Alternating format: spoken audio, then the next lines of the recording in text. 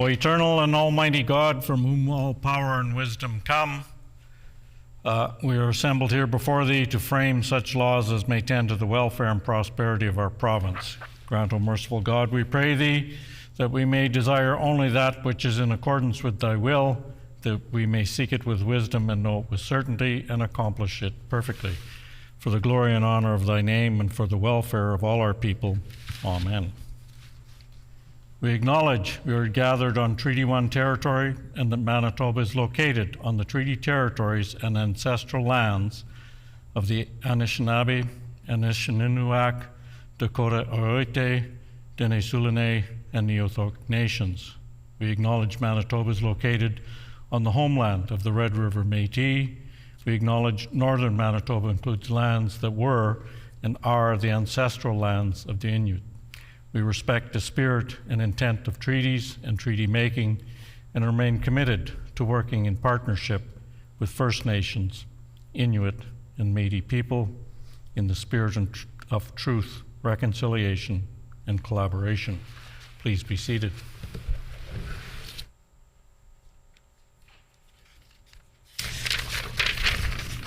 Routine proceedings, introduction of bills.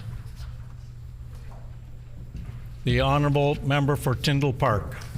I move, seconded by the member for Brandon West, that Bill number 209, the Provincial Court Amendment Act, expanded training for judges and judicial justices of the peace, be now read a first time.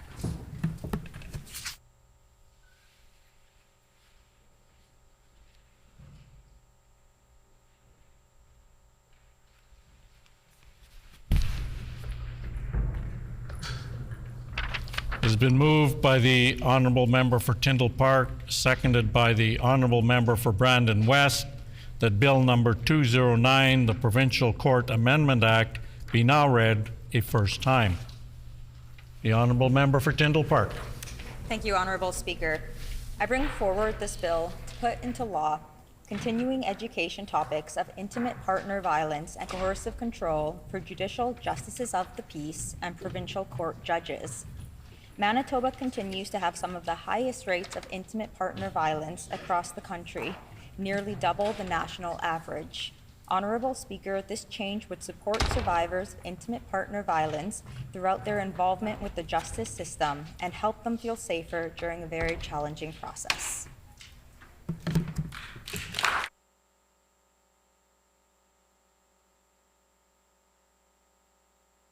Is it the will of the House to adopt the motion? Agreed and so ordered. Committee reports, tabling of reports. And I have a report to table in accordance with Section 52.6.1 of the Legislative Assembly Act. I am pleased to table the Members' Allowances Compliant Report for the period April 1, 2019 to March 31, 2023. Before I proceed any further, I just want to acknowledge we have seated in the public gallery from Roving Campus 30 grade 10 to 12 students under the direction of Brett Griesel, the Honourable, and their guests of the Honourable Member for Portage La Prairie.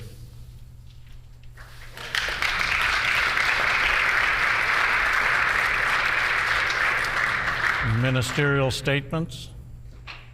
The Honourable Government House Leader.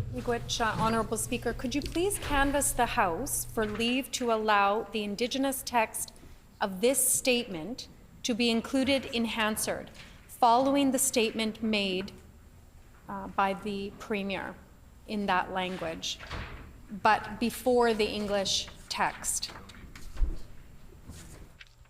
Is there leave to allow the Indigenous text of this statement to be included in Hansard following the statement made in that language but before the English text? Is there leave? Leave has been granted. The Honourable First Minister.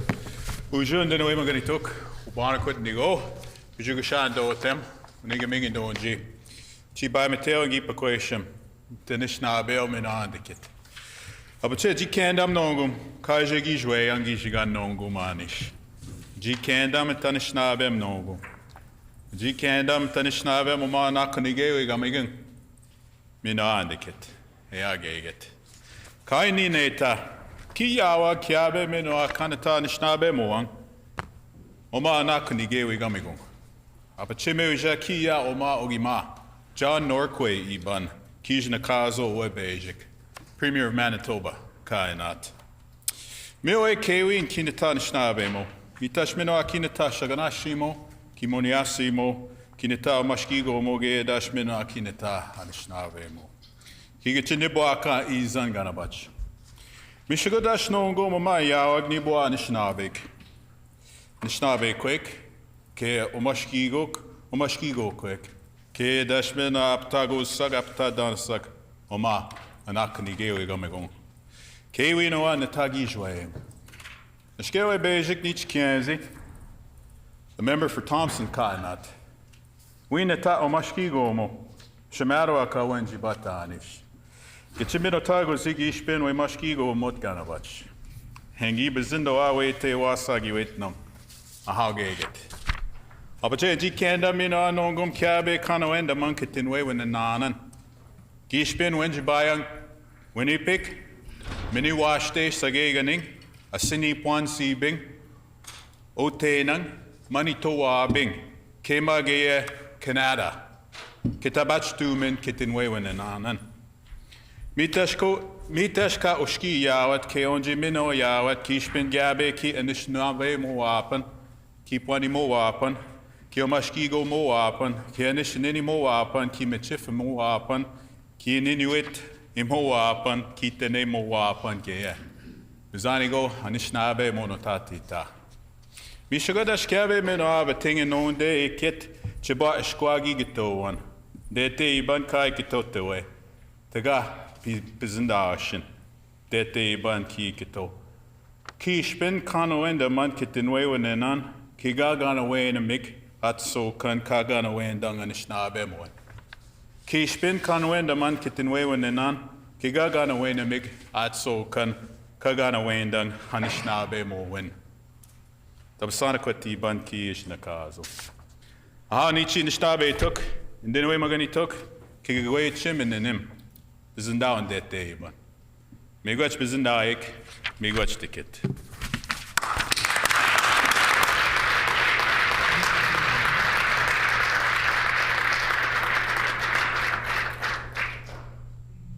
The Honorable First Minister. On the table, the Anishinaabe text along with the bilingual English translation for Hansard to include in the permanent record.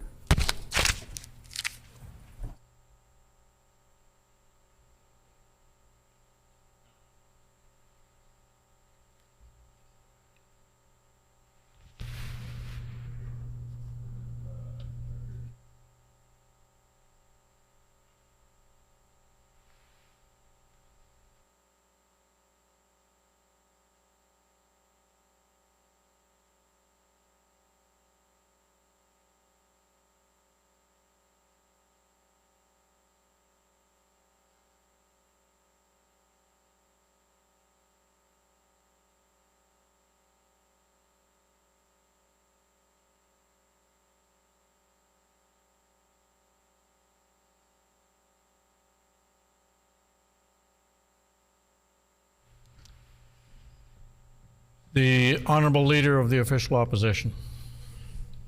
Thank you, Honorable Speaker. Today I rise to recognize Indigenous Languages Day, which took place on March 31st. Indigenous Languages Day, which has been marked by Indigenous peoples across the country since 1993. It's an important opportunity for all Manitobans to learn about and reflect on the many different languages that are spoken by Indigenous peoples in Canada. I think that this day is doubly important too, in light of the fact that these languages are in a state of decline, according to experts. That was disheartening to learn, but I'm thankful for days like Indigenous Languages Day, which bring more attention to this fact and for the different organizations throughout Manitoba that teach others about Indigenous culture and history. It's also very important. I don't know if the Premier is standing up to speak again. It's also very important, Honourable Speaker, to know that languages in general, with various different cultures and groups, are declining as well within this great province, this great country of ours, Honorable Speaker, and I strongly encourage everyone to look back into their cultural backgrounds and definitely try to revive their languages. And I have to commend the Premier on doing his speech in his language. An interesting fact that I learned from Stats Canada is that as of 2021, 1 in 8 Indigenous people can speak one of 70 distinct Indigenous languages well enough to conduct a conversation. Although that is an impressive number of distinct languages, the sad reality is that this statistic is lower than the 2016 numbers. There is a hope for the revitalization of these important languages, though, since more and more Indigenous peoples are learning at least one of these languages as their secondary language. This rise has been showcased by the percentile difference from 2016 to 2021, with the number increasing from 24.8% to 27.7%. And although 2/3 of First Nations people who speak an Indigenous language live on a reserve, Winnipeg is home to the largest community of people who can speak an Indigenous language, something that this city could be proud of. In fact, many locations within Manitoba are derived from Indigenous languages. For example, our province's name can be traced by words. Winnipeg is derived from the Cree language. Mississippi is derived from the Dene language, and Nipawa is derived from Ojibwe. There are many other locations across Manitoba as well in which their names can be traced back to an Indigenous language. It is to the credit of the different nations for keeping these languages alive and for making strides in their revitalization. More work still needs to be done, though, if these languages are to become strong again. Thank you, Honourable Speaker.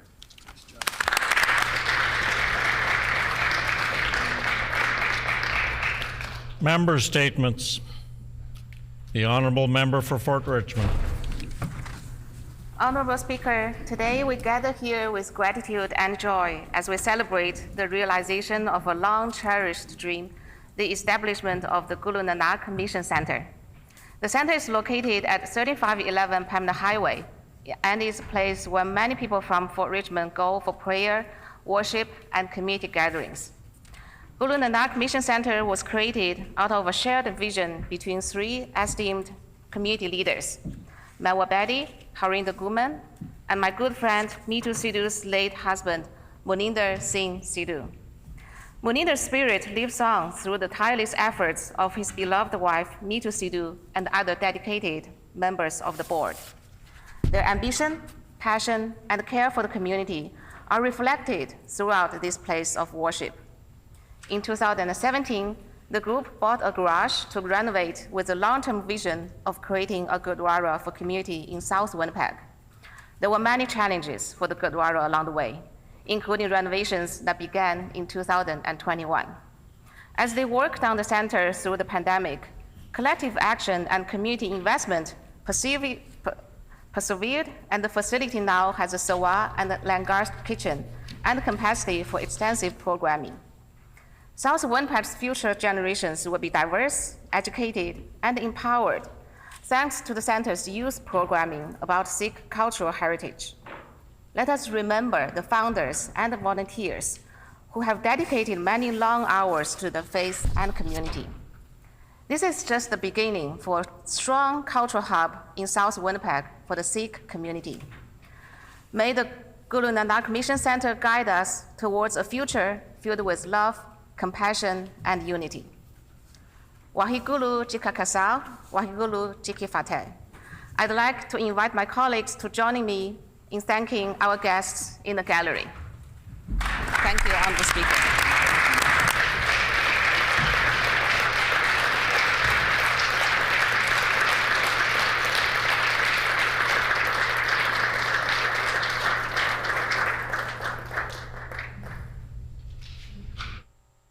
The Honourable Member for Fort Richmond. I would like to add my guests' names to Hansard, Mewa Bedi, Neetu Sidhu, Sanjang Sidhu, Bowinder Sadawalia, Manjit Gill, Bowinder Mathod, Harinder Guman, Dalip Bedi, Bodev Bedi, Aknu Sidhu, and Gurpreet Kaur. Thank you, Honourable Speaker.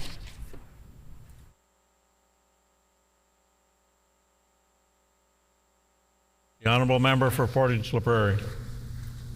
Honourable Speaker, I'm honoured to rise today to recognize an innovative high school program called the Roving Campus.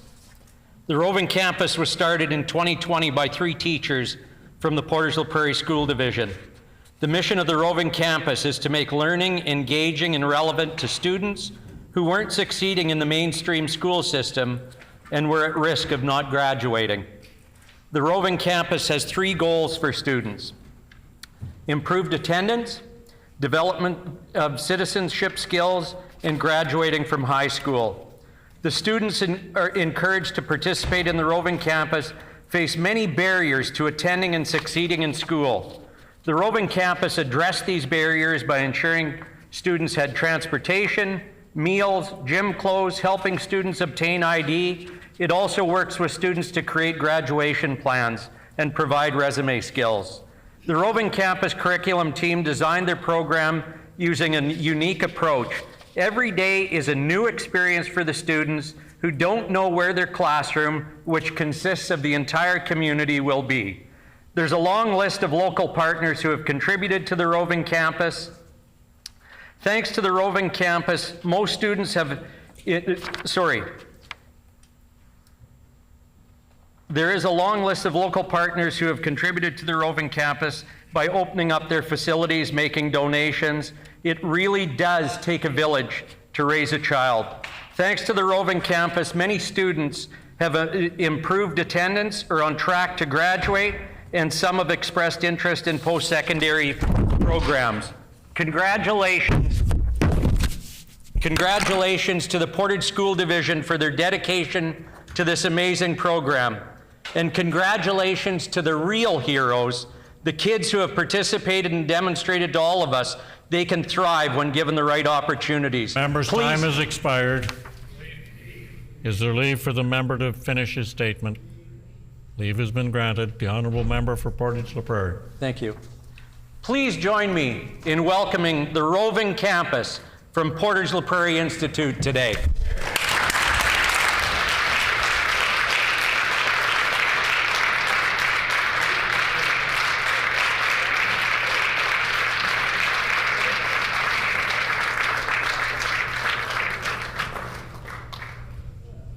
The Honourable Minister of Housing, Addictions and Homelessness. The Honourable Member for Portage La Prairie. Honourable Speaker, I'd like the names of all the kids, or all the students and teachers put into Hansard, please. The Honourable Member for Point Douglas, the Minister of Housing, Addictions and Homelessness. Miigwech. I'm honored to rise in the House today to acknowledge 3 organizations in my constituency. First, CETA Pathways to Education.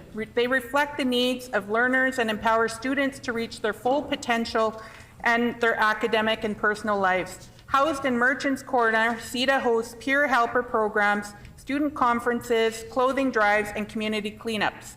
CETA uplifts students to foster strong community relationships across our great city. Secondly, Whistling Wind Action Therapy.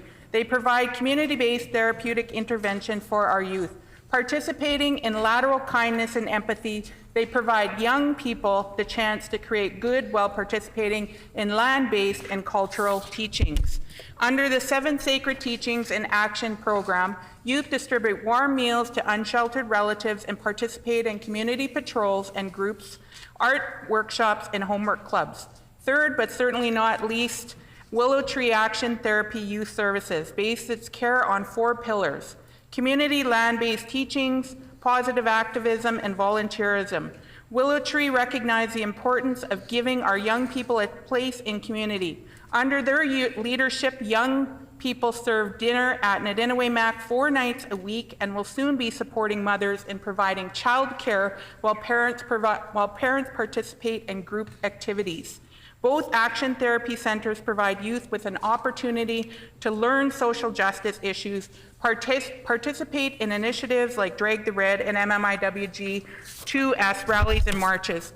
It's an honor to highlight these organizations who wholeheartedly support youth to reach their fullest potential. These organizations support our relatives in their daily journeys and help them chart a good path into the future. Please join me in thanking these three organizations for their amazing work. To the youth, we uplift you and honor you for your hard work. You are the leaders of today. You make us incredibly proud, and we love you. Shine bright.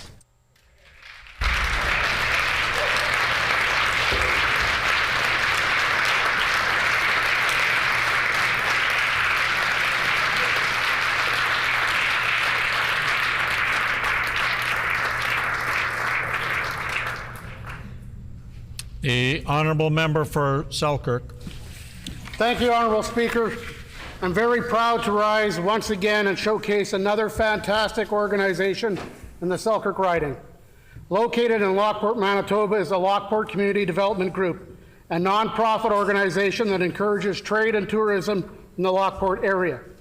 The corporation is made up of local business leaders who join forces to promote the area they love so much, Lockport. They have developed amazing attractions for the area, including the Lockport Ice Fishing Village, located on the north side of the lock and dam of the Red River.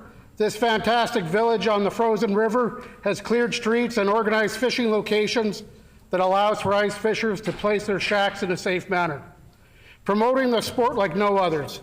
During the summer months, the corporation attracts shoppers and visitors from all over Manitoba to enjoy the offerings at the local farmers market on the east side of the Lockport Bridge. Whether you're planning a day of sightseeing, fishing, or just exploring this fantastic area, make sure you stop in at the local businesses, buy a drink, enjoy a meal, purchase a unique item at the market, or cast a line and see what small town hospitality is all about. They're also looking to the province to develop a provincial park and campground where the floodway meets the Red River. Years of planning have gone into this great opportunity, and I can't wait for the province to jump on board. This new proposed campground will give the province another great attraction for visitors to the province and provide another destination for Manitobans to bring their families.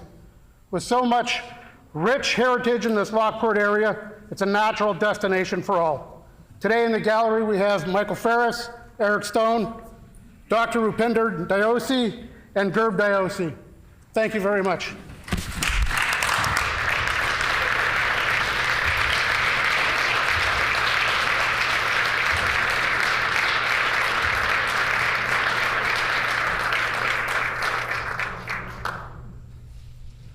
The honourable member for Tyndall, the honourable Minister of Homelessness, Housing, Addictions and Homelessness.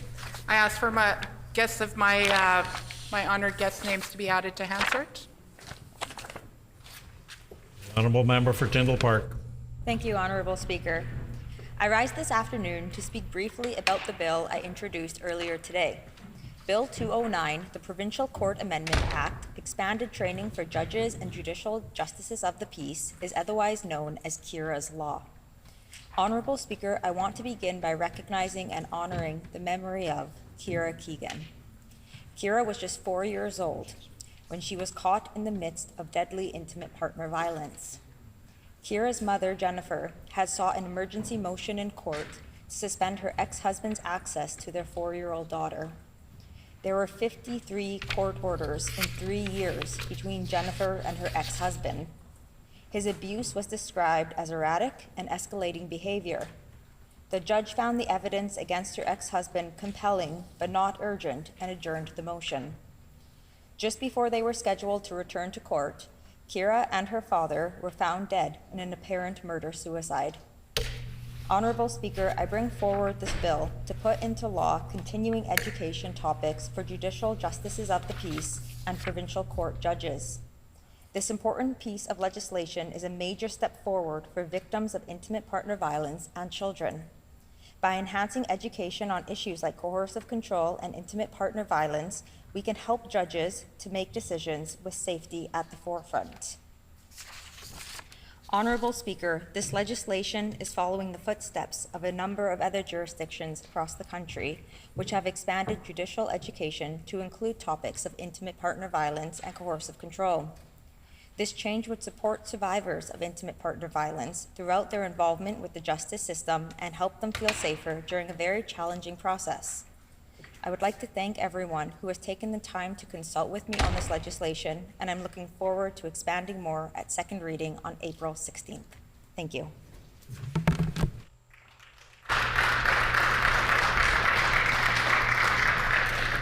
Oral questions. The Honourable Leader of the Official Opposition. Thank you, Honourable Speaker. Honourable Speaker, yesterday I listened to the NDP budget speech attentively, along with tens of other people in the gallery, Honourable Speaker. And what did I hear? Many things that this NDP government did not even discuss during the election campaign. Higher costs for Manitoba families, cuts to infrastructure, cuts to education, cuts to provincial parks, and so much more, Honourable Speaker. The NDP is picking winners and losers, and it's ironic that this government says that it promotes one Manitoba, but its intent is on dividing them. So I asked the Premier, if he's so proud of these changes, why did he not run on them?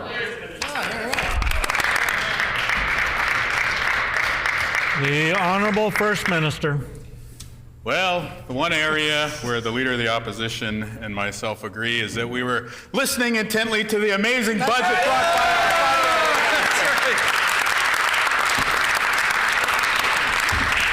I can't wait to listen to the great budget debate brought forward by this side of the House. That's right. Because it's going to give us more opportunity to hear the good news about investments in healthcare and lowering costs for you and your family. $1 billion new for the healthcare system, a 3-month extension to the gas tax holiday, and a $1,500 home owner affordability tax credit. No wonder the cover of the Winnipeg Sun today says that we kept our word. That's right. NDP keeps promises on rebates and tax cuts in first budget. The Honourable Leader of the Official Opposition on a supplementary Speaker, question. I've taken a good look at this NDP budget and what's missing. Many, many promises that were just made 6 months ago, but were so far have been omitted. The budget neglected critical areas of investment such as economic growth, urgent surgical needs, new school construction, infrastructure requirements, public safety, and the list goes on and on and on.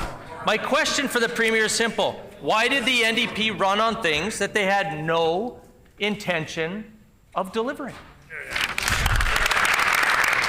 The Honourable First Minister. Well, if the member opposite doesn't want to listen to the Winnipeg Sun, who said that we kept our word, perhaps he'll listen to the experts.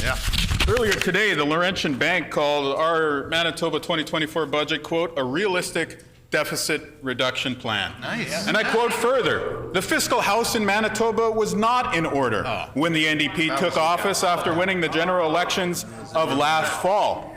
But, here's another quote, Budget 2024 paints a reasonable balancing act, including plenty of targeted measures to ease the cost of living pain for individuals and a credible path to a balanced budget in the medium term, end quote. Again, we're very proud to stand up to invest in healthcare. We're very proud to lower costs for you and your family, and we're proud that the economists and experts support our plan. Yeah, that's right.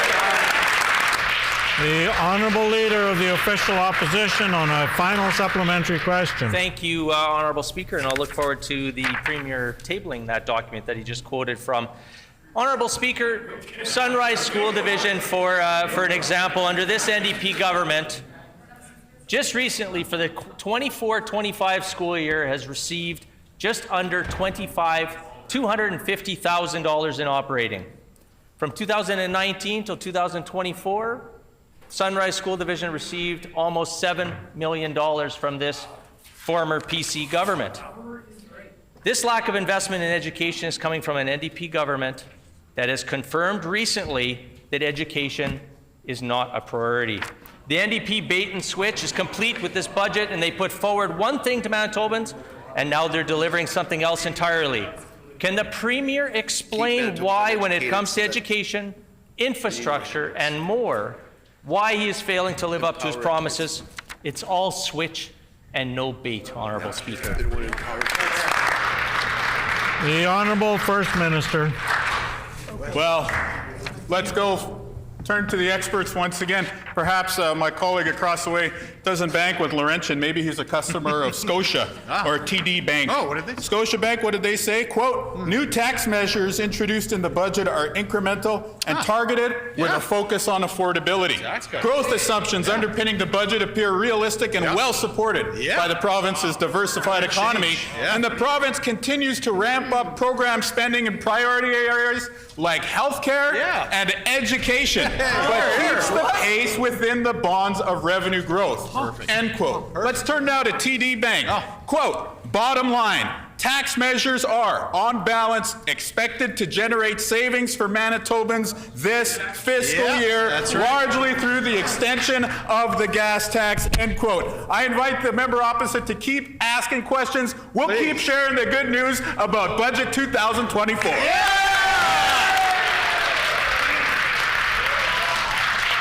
The Honourable Member for Roblin. Can the Minister please update the House on the status of dozens of requests for service agreements that increased surgical and diagnostic capacity in Manitoba?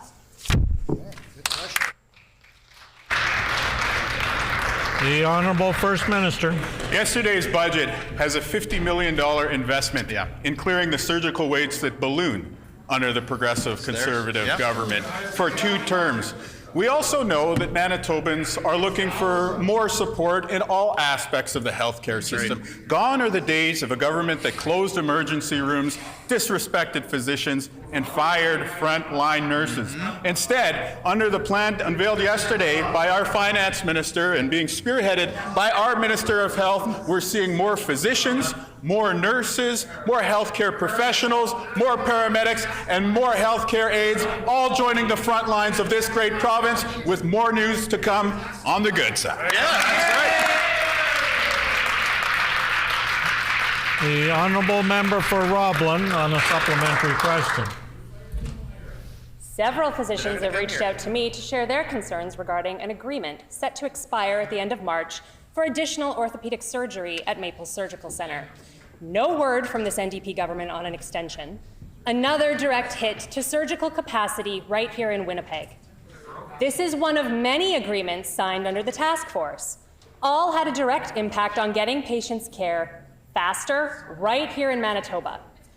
First, they stopped patients from going out of province for care. Now they're stopping patients from getting care right here in Manitoba. Why is the NDP so bent on prioritizing its politics over patients? The Honourable First Minister.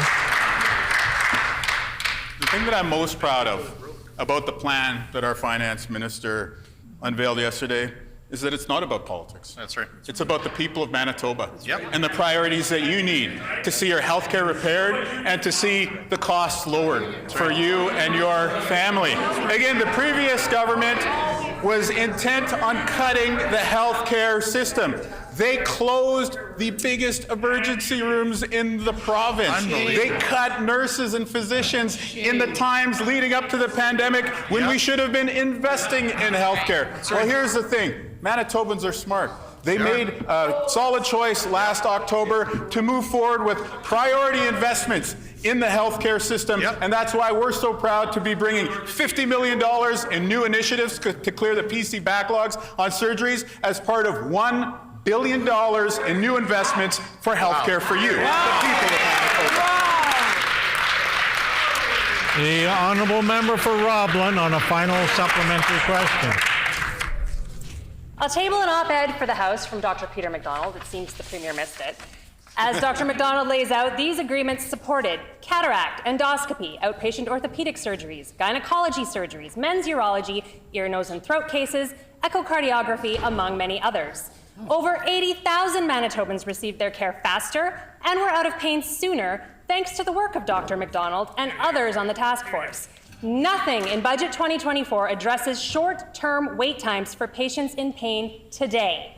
I ask again, why is this NDP government choosing to put politics over patients? The Honourable First Minister. There's $50 million in the budget that we introduced yesterday to clear the waits that balloon under the PCs when it came to surgeries and diagnostic procedures.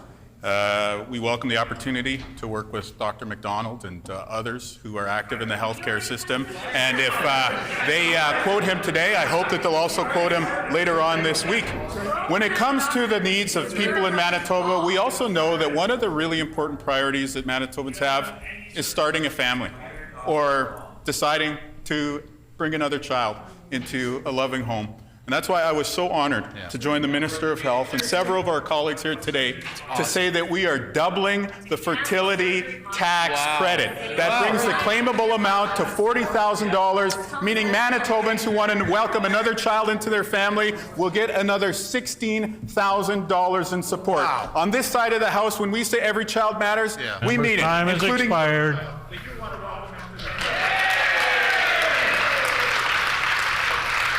The honourable member for Fort White. Honourable Speaker, this budget was an attack on all Manitobans' affordability, but especially middle-class, hard-working Manitobans, no matter how you slice it and dice it. For starters, this NDP government is increasing your education taxes to as high as 17%. No matter what you say, this NDP government have increased your property taxes. This minister should know what the average cost of houses are in Waverley, McPhillips, Lagimodiere. He's increased education tax in all of those ridings. Why is this minister putting up smoke and mirrors to confuse Manitobans when in reality, his NDP government is increasing property taxes on hard-working middle-class Manitobans? The Honourable Minister of Finance. Honourable Speaker, it gives me great pleasure to stand up in this House and talk about affordability. When we came into government, we made a clear commitment to improve affordability of living in Manitoba, and this budget delivers on that in a big way.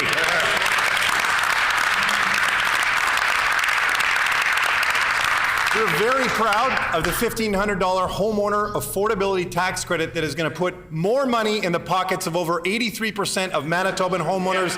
That's not all. We've got a long list of affordability measures. I cannot wait to share more in my next answer, Honourable Speaker.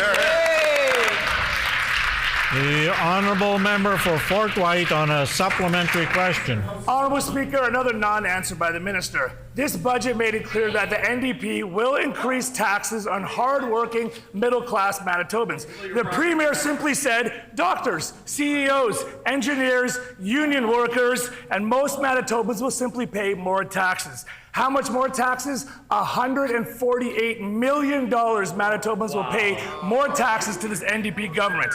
It is clear that this minister is misleading Manitobans.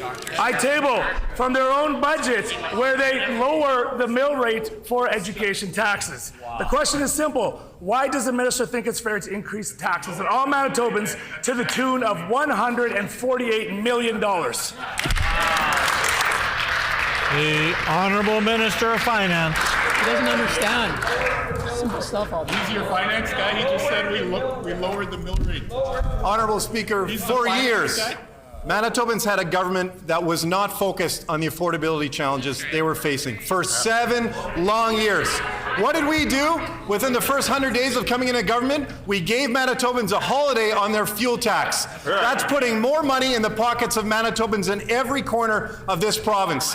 This budget brings forward 21 new ways for Manitobans to save. That's going to create huge savings for Manitobans all across the province. We've got a long list. I don't even know where to start, but I'm going to start in my next response, Honourable Speaker. The honourable member for Fort White on a final supplementary question. Honourable Speaker, no answer. $148 million this NDP government is charging. Order. The average middle-class Manitoban family will be paying more this year than every other year before this. These are the facts. The NDP have increased education and property taxes on your bill. Manitobans deserve transparency. Homeowners in Manitoba School Division 7 Oaks, Winkler Morden, Seine River, Pembina Trails, and every other school division will see an increase. How much of an increase? 15 to 25% higher than what this minister quoted in his budget. It's a simple yes or no. Does this minister think it's right to increase taxes on hardworking, middle-class Manitobans? The Honourable Minister of Finance. We don't, Honourable Speaker, and that's why we lower taxes for Manitoba.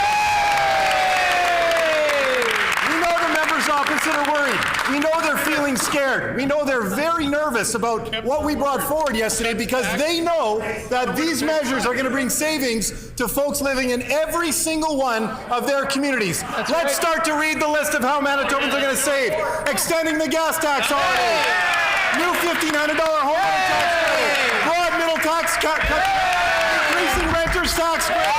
Free prescription birth control. More, Honourable Speaker.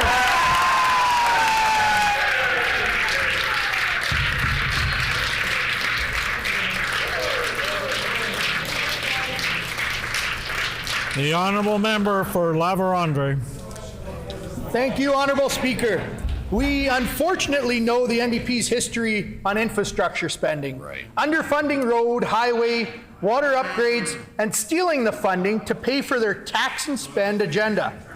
This NDP premier is no different. He's copied his budget out of Selinger's playbook.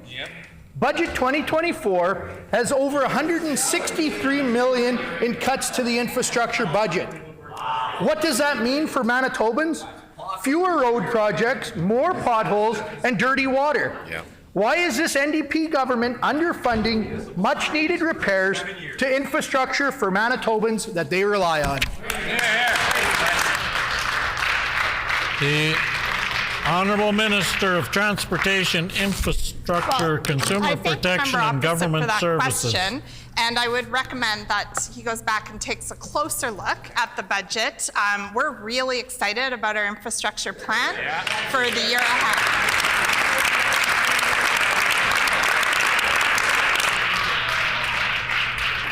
The Honourable Member for La Vérendrye on a...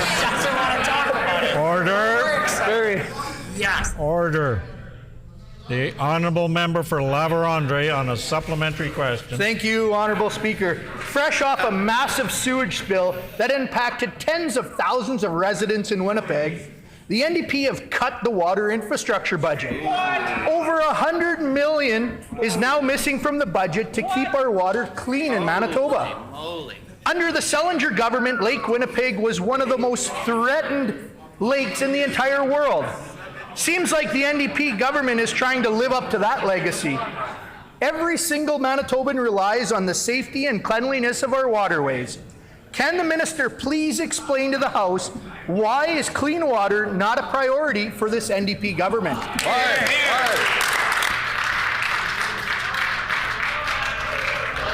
The Honourable Minister of Transportation and Infrastructure, Consumer Protection and Government Services.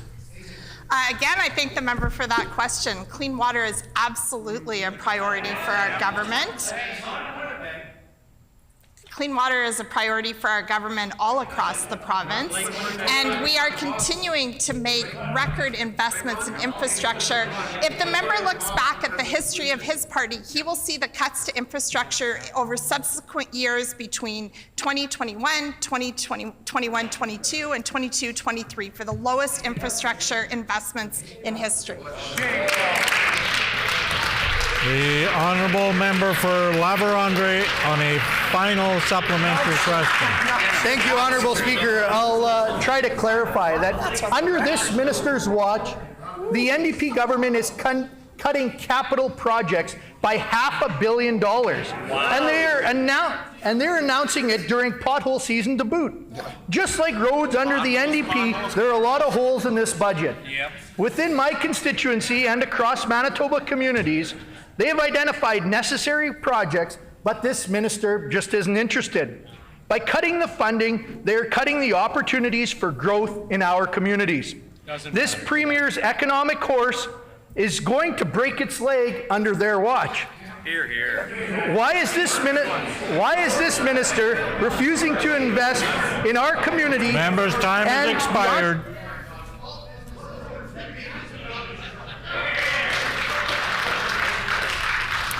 The Honourable Minister of Transportation and Infrastructure, Consumer Protection and Government Services.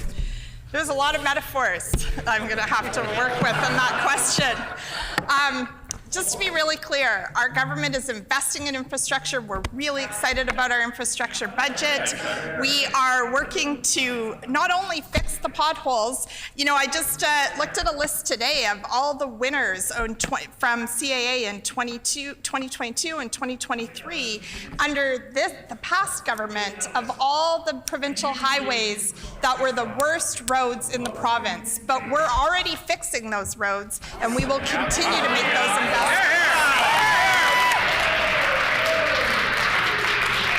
The honourable member for Spruce Woods. Manitoba's population is growing. Despite this, planning for future generations took a backseat on the bus in yesterday's budget. The NDP ran on lowering class sizes, but cut 7 new schools, recycled 2 previously announced schools, and reduced the new schools budget by $100 million. Where do they expect these smaller class sizes to go? The back of the social cart we've heard so much about, or is a new set of portable classrooms already on the way? The Honourable Minister of Education and Early Childhood Learning. Well, thank you, Honourable Speaker, and I want to thank the member for that very important question. It's an important one because Manitobans really care about their schools, Honourable Speaker.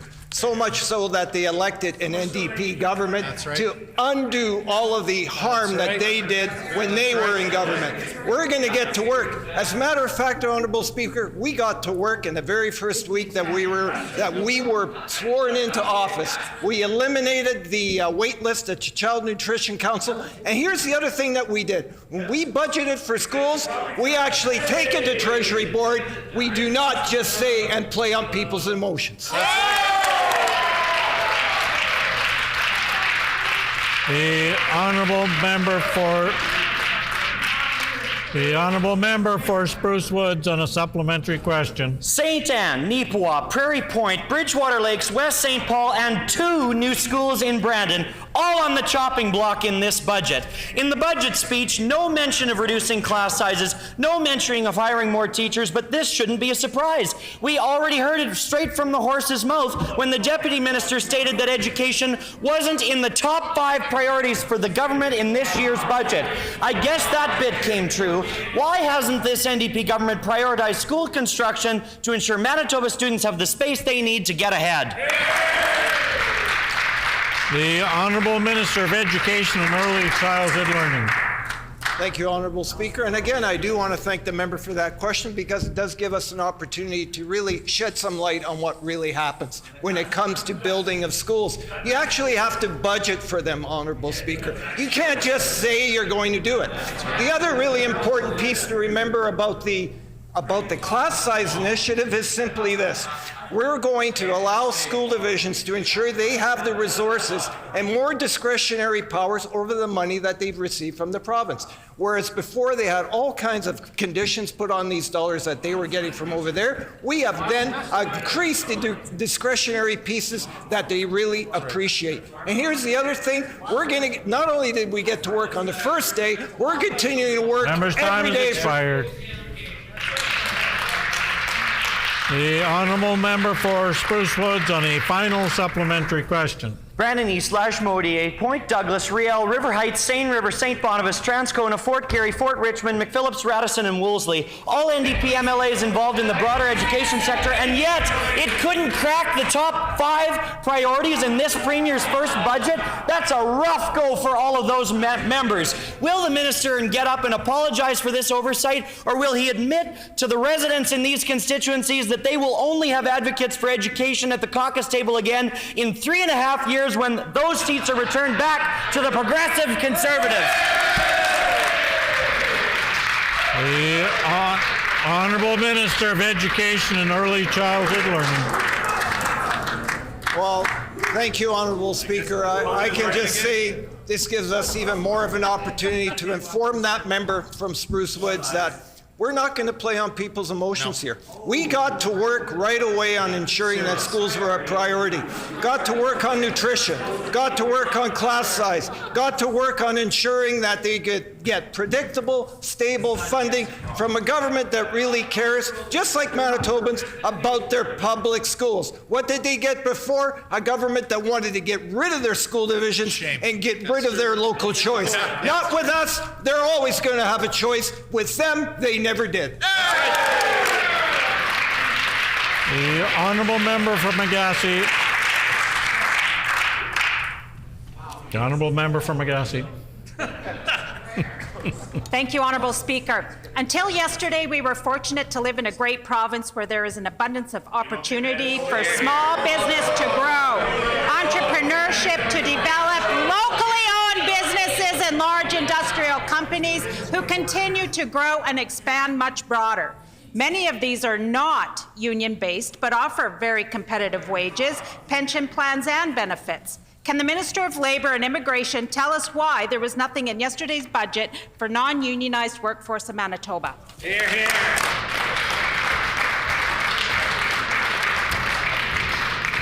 The Honourable Minister of Economic Development, Investment, Trade and Natural Resources.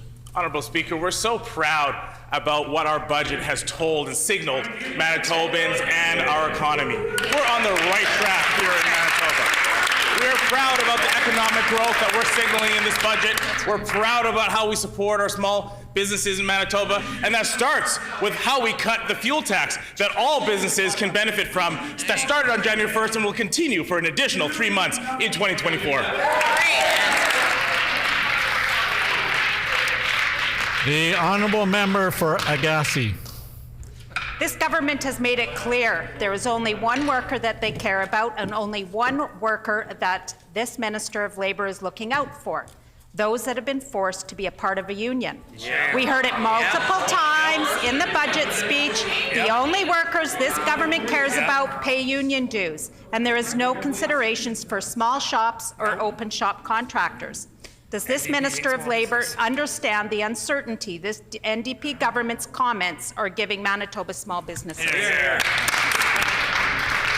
The Honourable Minister of Labour and Immigration. Thank you, Honourable Speaker, and thank you, Member Opposite, for your question. You know, it's just that type of questions from members opposite that show the kind of division that they've been trying to sow for the last 7.5 years. All workers deserve safe places to work. All of them deserve health protections, and every single worker deserves the right to dignity and all their protections. So members opposite continue to sow that division. On this side of the House, we stand for all workers across Manitoba who are building this great province. The honourable member for Agassiz on a final supplementary question. Manitobans want to work, and they want to build our province. Instead, this government is deciding that it is their role to marginalize the workforce. Big surprise, the winners this minister is picking just happen to be the union leaders that have almost a third of the voting seats at the NDP's convention. Manitobans deserve to know how this minister will change their employment relations. Manitobans want to know whether this government is going to allow their small business to bid on government contracts. What is this minister going to do for Manitoba's small business? Hear, hear. The Honourable Minister of Economic Development, Investment, Trade and Natural Resources. Honourable Speaker, first of all, on this side of the House, we always love Manitoba. Second of all, Honourable Speaker, I want to say that small businesses will absolutely benefit from our cut to the fuel tax. That started on January 1st and extended for an additional 3 months. On top of that, we've got more good news to share, with small businesses being able to get the $300 credit for security systems. These are tangible differences that small businesses will receive in Manitoba. We're very proud of that. We're proud of this budget, and we'll keep on working hard for small businesses in Manitoba. The honourable member for Tyndall Park. Thank you, Honourable Speaker. Community Correctional Services cover community-based programs with a special emphasis on youth justice committees, gang diversion, Indigenous culture, and employment preparation for past offenders. Does this minister believe that these programs are important? And if so, can he explain why nearly $4 million was cut from these programs? The Honourable Minister of Justice. Well, I thank the member opposite for the question, and it is an important question, and that's why it was a major focus, not only during the campaign for us to talk about a comprehensive public safety strategy, but to also now be able to put those dollars into use to actually start addressing crime, start addressing specifically with regards to youth crime, and to really focus on how we can support all people in our community. We know that we need to do more, and we're going to, and that's what Budget 2024 is all about. Right on. The honourable member for Tyndall Park on a supplementary question. Thank you, Honourable Speaker. There were several cuts to the Public Safety Division of Manitoba Justice, which included cuts to the Manitoba Criminal Intelligence Centre, the Security and Intelligence Branch, and Crime Prevention. Can the minister explain the reason why funds were cut from all of these programs? The Honourable Minister of Justice. Again, I thank the member opposite for the question, and it is an important one. I think she may have missed the additional funding that's been provided because, in fact, we're increasing funding within the department to support those important areas, along with so many others. That's why it's important that we come together. This budget has, is aptly titled One Manitoba and One People, One Future, because I do think that there's a role for all parties to play to come together to enhance public safety in our province and continue these great investments that we announced, and that we'll have plenty of time and estimates and throughout the legislative process to continue to pull apart and help the member understand where those investments are going. Right on. The honourable member for Tyndall Park on a final supplementary question. Thank you, Honourable Speaker. For over a decade, Manitoba continues to have some of the highest rates of intimate partner violence across the country. It was shocking to see that this government cut over $500,000 to family resolution services and did not include any funds for a comprehensive strategy to address intimate partner violence. The last strategy came out over a decade ago, and intimate partner violence continues to grow rapidly. Will this government commit to supporting a comprehensive strategy to address intimate partner violence today? The Honourable Minister of Justice. Again, the member opposite raises an important issue, and one that I look forward to seeing her bill move through the legislative process, an opportunity for us to debate it here at second reading.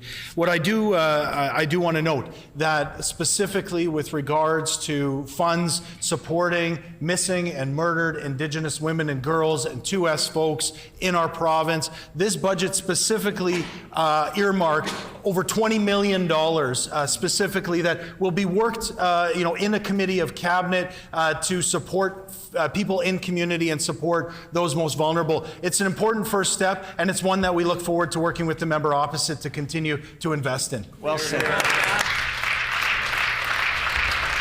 The honourable member for the Maples. Honourable Speaker, yesterday the Minister of Finance unveiled our government's first budget. Our budget tackled the housing deficit left by the failed PC government. Unlike our predecessor, who sold more social housing units than they built, our NDP government is dedicated to investing in housing for Manitobans. But the Minister of Housing, Addiction and Homelessness tell us more about the good news in the budget to tackle the housing crisis caused by 7 years of PC mismanagement. The Honourable Minister of Housing, Addictions, Homelessness and Mental Health. Our government is committed to ending chronic homelessness. This starts with building and supporting Manitobans along their housing journey. We are investing over $116 million over the next year on social and affordable housing, including $70 million in capital for Manitoba housing. We're working with all stakeholders to address the housing crisis. We're building 350 units of social and affordable housing, and we'll fix and maintain over 3 30,000 units across the province. Our government is building and our government is investing. In our first budget, we are committed to building more housing than the members opposite did in their entire whole government. Time has expired.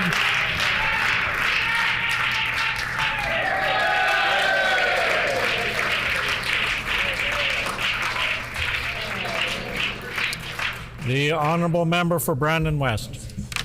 Well, Honourable Speaker, it's no wonder this Minister of Justice and the Minister responsible for CFS refuse to talk about public safety in this House.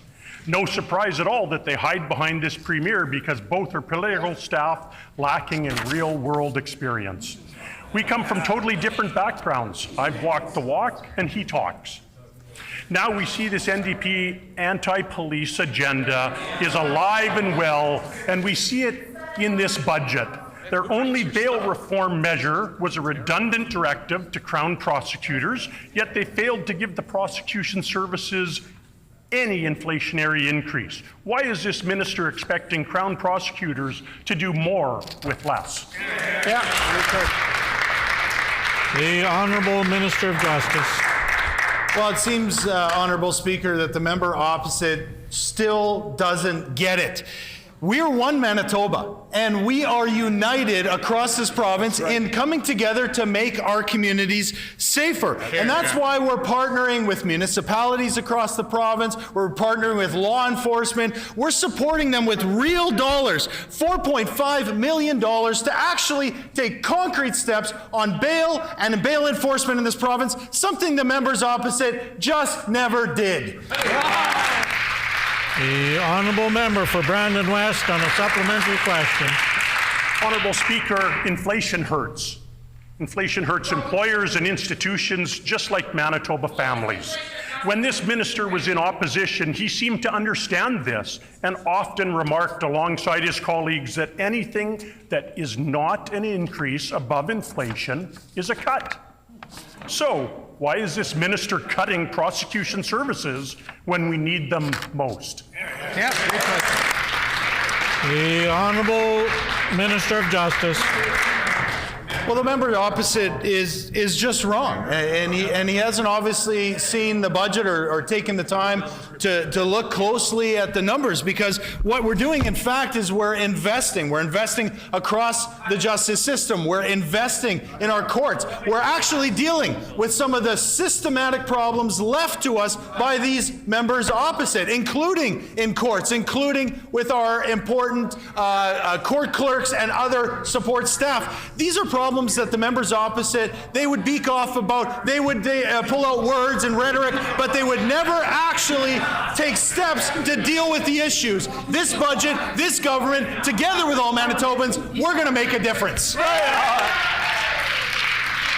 The honourable member for Brandon West on a final supplementary question. Well, thank you, Honourable Speaker, and I actually spent a considerable amount of time looking through this budget. This government has no plan for public safety because they have no interest in protecting the hardworking Manitobans. This minister is cutting legal aid, protection services, legal services, correctional services, court operations, provincial policing, the police commission, LIRA, and top of all of that, victim services and the independent investigation unit of Manitoba. The Minister of Families rallied against criminal property forfeiture when she called for defunding the police, and guess what? It's cut too. Why is this minister giving up on public safety just 6 months into his job? The Honourable Minister of Justice.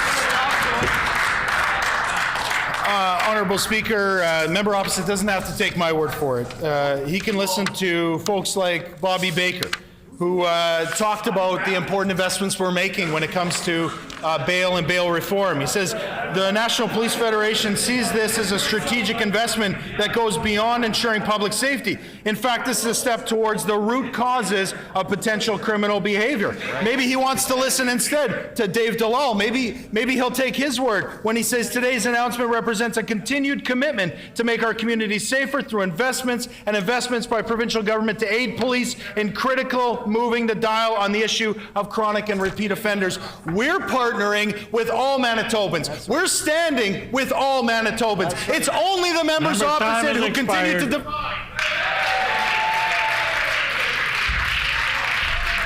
The honourable member for Swan River.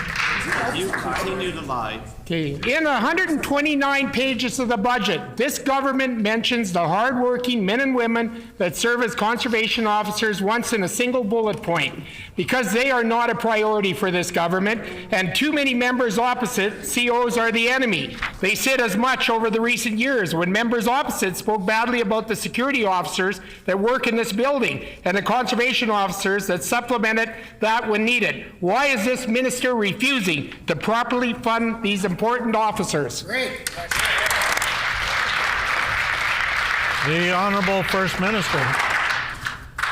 The difference between us and the PCs is that we're going to hire conservation officers, we're going to pay them better, and we're going to treat them with respect. That's right.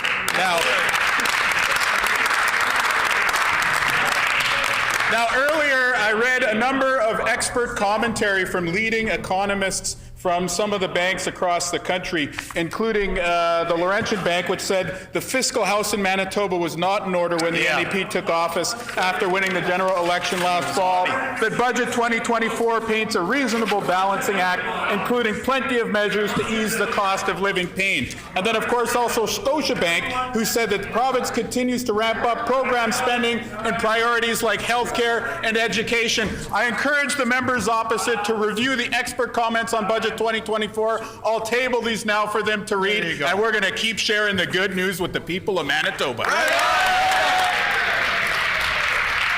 The time for question period has expired. Petitions.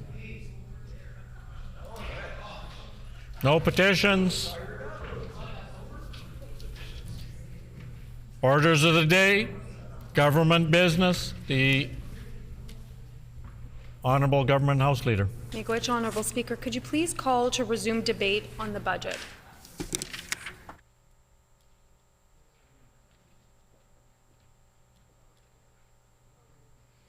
The Honourable Government House Leader. Miigwech, Honourable Speaker, before we do that, I would like to announce that the Standing Committee on Legislative Affairs will meet Friday, April 26, 2024 at 10 a.m. to consider the Advocate for Children and Youth Act review. I would also like to announce that the Standing Committee on Legislative Affairs will meet Friday, May 3rd, 2024 at 8 a.m. to consider the Advocate for Children and Youth Act public presentations. It has been announced that the Standing Committee on Legislative Affairs will meet on Friday, April 26, 2024 at 10 a.m. to consider the Advocate for Children and Youth Act review. Further, it's been announced that the Standing Committee on Legislative Affairs will meet Friday, May 3rd, 2024 at 8 a.m. to consider the Advocate for Children and Youth Act public presentations. We will now resume debate on the budget, standing in the name of the Honourable Leader of the Official Opposition. Hear, hear.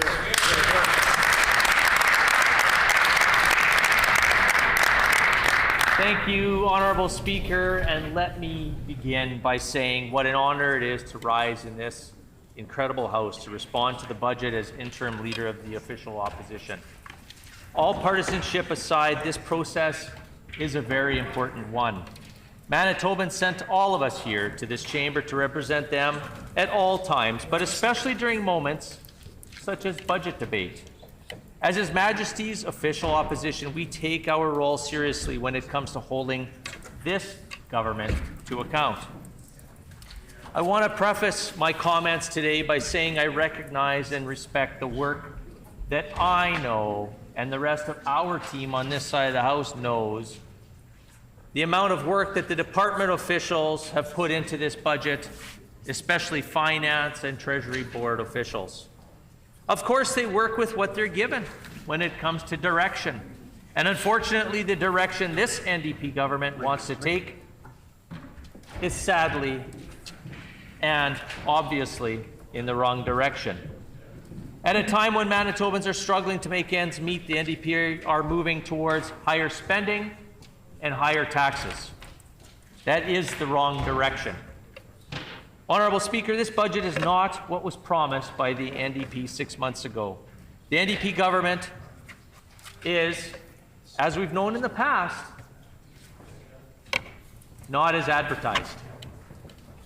Ironically, the NDP promote this as a budget for one Manitoba, but it divides Manitobans. Division is the wrong direction. But division is to be expected from an NDP government that has so far been more about distraction than it has been about taking real action. The NDP Premier has proven he's more showman than statesman, and yesterday the Finance Minister joined him on the stage and fell a little flat. I'm not sure which one is trying to sell more records or CDs or albums. Let's talk about division, distraction, and things that this NDP government did not run on. Again, the NDP want to claim this budget is about one Manitoban, but they took a policy like our education property tax. I appreciate the members opposite for clapping for my response to the budget. The property tax rebate, which was fair, and they're now using it to once again divide Manitobans. The budget introduces a complete overhaul of the rebate structure that was not spelled out whatsoever in the election campaign. The change will see all Manitobans who own property paying more. Shame. Many homeowners are looking at increases of hundreds of dollars. No one can afford it right now, Honourable Speaker, but the NDP think that some Manitobans can afford higher taxes. The NDP thinks it's okay to look at two families and pick winners and losers. Families across Manitoba, from north to south, east to west, will be worse off with the NDP property tax changes, and many families will again be paying more. We are talking about middle-class workers, but I guess the NDP don't believe they need affordability help during this cost of living crisis. The NDP also thinks that businesses can afford to pay more, and explicitly, despite the cost pressures that they are facing. Commercial property owners are losing their rebates and will not get the tax credit offered to homeowners.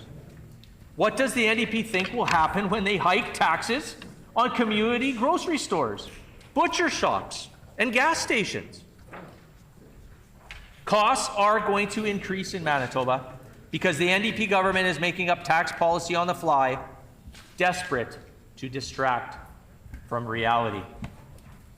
We saw it just last week, a couple weeks ago, when we were talking about the pipeline shutdown. The Economic Development Minister stood up, went and spoke to media, and said, "Don't worry, there's nothing to see here. We've got it under control. Prices are not going to go up." I don't know what type of electric aircraft he's driving in nowadays, Honourable Speaker. But fuel prices have gone up. Gas prices have gone up since January 1st by over 40 cents, 43 cents a litre. Sad, but it's unfortunate that the government, the NDP government that says on a day-to-day basis that they're a listening government, are not listening to Manitobans, Honourable Speaker. They are going down their own road as the Sellinger government and the Dewar government before the Sellinger government did many years ago. Not one balanced budget. Not one balanced budget. Between Manitoba families and commercial property owners, the NDP plans on reaching into their pockets for an additional $148 million annually. This is on top of opening the floodgates to school tax increases all across Manitoba. All these move everything into the wrong direction. That's right. I know that the education minister is waiting for me to mention him, and I will. I promise. So we've established that the NDP is dividing Manitobans into winners and losers, and that they're raising taxes after promising not to do so just 6 months ago. We've established that the NDP government is not as advertised, but why? Why is the NDP picking winners and losers during a cost of living crisis?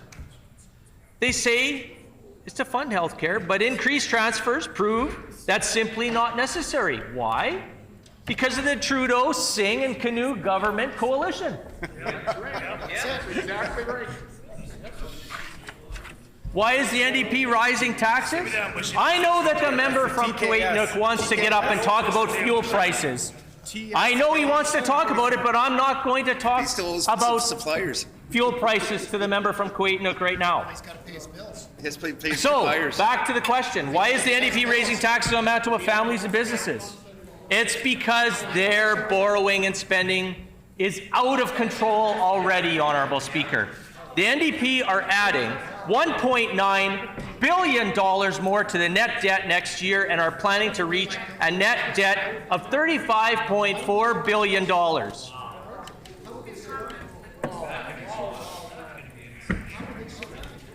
You know what's upsetting, Honourable Speaker?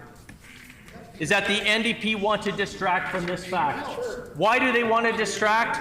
They're hoping to distract and hoping that their NDP math will sink into Manitobans and they will not comprehend that their lives, their pocketbooks, and everything are going to be stretched thinner and thinner and thinner over the next 3.5 years until we form the next provincial government, Honourable Speaker. This mic?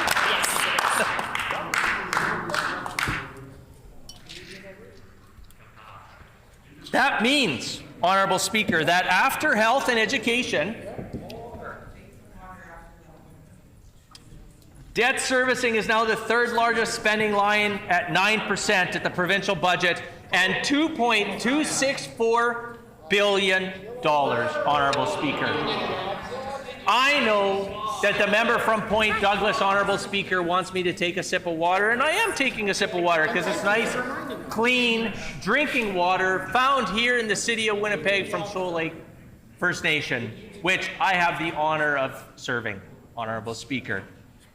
That being said, it's unfortunate that we've seen within this 2024 budget that they've cut the infrastructure spending by $164 million. It's an odd place to cut. And it is an odd place to cut, considering we've just heard from the mayor of Winnipeg, and a few weeks ago, of course, we've got the largest The horse needs a highway. sewage leak in the history of Manitoba. Yep. There's been 2 large sewage leaks in the history of Manitoba, in the city of Winnipeg.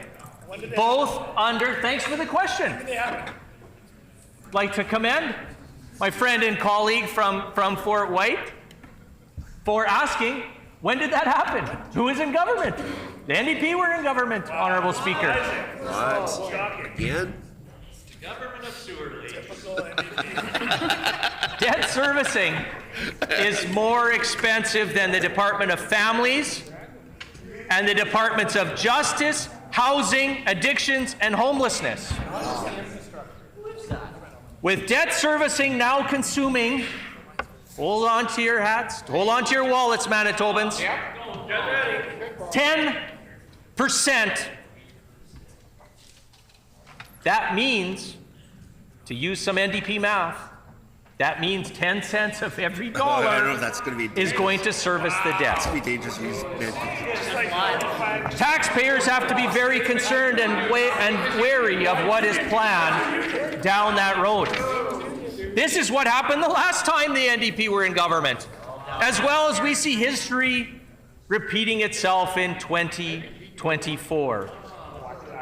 The NDP have increased spending by almost $1.4 billion over budget 2023, after making, Honourable Speaker, $3 billion worth of promises and borrowing over $9 billion in just the last 6 months. Again, these are moves that are in the wrong direction. That's 12. I know that the Minister of Education and Early Childhood Learning is still waiting for me to mention him, but he can hang on tight. I'll get to him in a little bit. But this is all nothing new from the NDP and you know who. They believe, the NDP believes, that they know best on what to do with Manitobans' money. I know that where's Pancras from? Waverly.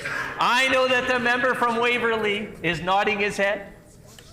He sees it within his caucus. I know there's members on the government side that are skeptical of their new leader's vision, and they know that they're going to be paying more with this NDP government. It's a red track record. So, as I was saying, the NDP feel philosophically that they know better on what to do with Manitobans' hardworking dollars better than Manitobans do. And this brings back, and I know that the leader of the NDP wants to hear this. I know he wants to hear this, so I'm going to say it just like Greg Selinger did, Honorable Speaker. The road to hell is... They've been going down the wrong direction since they took office. It's only been 6 months. And I'm hoping that they're not going to redesign too many of those government offices yet, Honorable Speaker, because we, this side of the House, with the re-elected MLAs and the elected class of 2023, are fired up and we're ready to do the job in a short 3.5 years from now.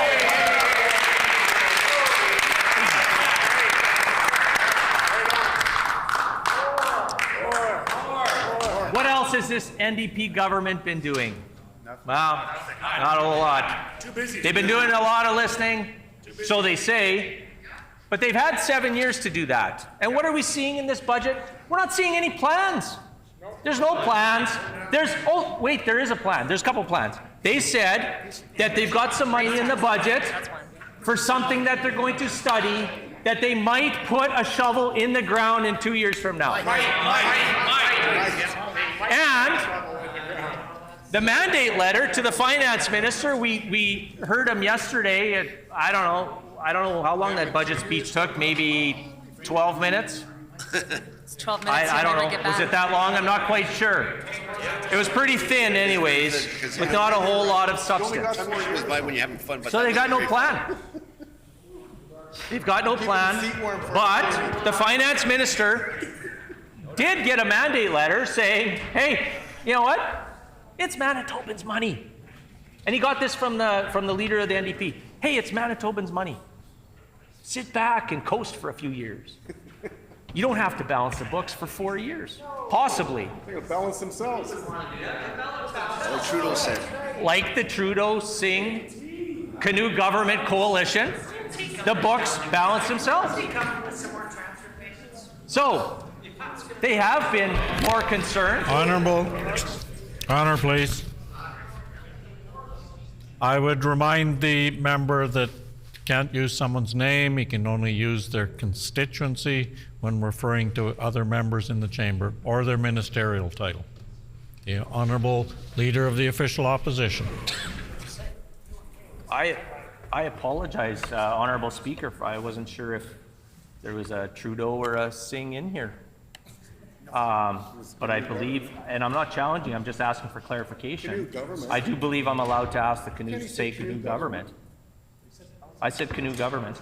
Yeah. Say it again. Say it again. So I'm going to wait for your direction, Honourable Speaker. Order, please. Order, please. You are allowed to say the canoe government. My apologies. The Honourable Leader of the Official Opposition. Thank you, Honourable Speaker, for that direction, and thank you for that clarification as well. So we know that they've been moving in the wrong direction. They've been violating the trust of Manitobans that have been placed in them already. They've been more concerned with their TikToks Instagrams, X posts, or Twitter for those of you that have not fully converted to the word X yet, the letter X, then they have been doing the difficult work of government. They're not worried about it. Again, finance minister received the mandate letter saying, hey, you don't have to balance the books yet. Take your time. Take your time. And we know that they brought in at the end of March 31st of 2024, this NDP government has to wear that $2 billion deficit, Honorable Speaker. And they're going to have to figure out how to move forward on that, Honorable Speaker. They ran on promises of $3 billion, and they jumped to that pump rather quick, Honorable Speaker, on trying to spend those dollars. And I mean, we haven't seen the audited financials yet. Again, like I mentioned in the start of my speech, is that some of the information, again, isn't necessarily on the Finance Department and the Treasury Board. It's on the fact that they are receiving information from this NDP government.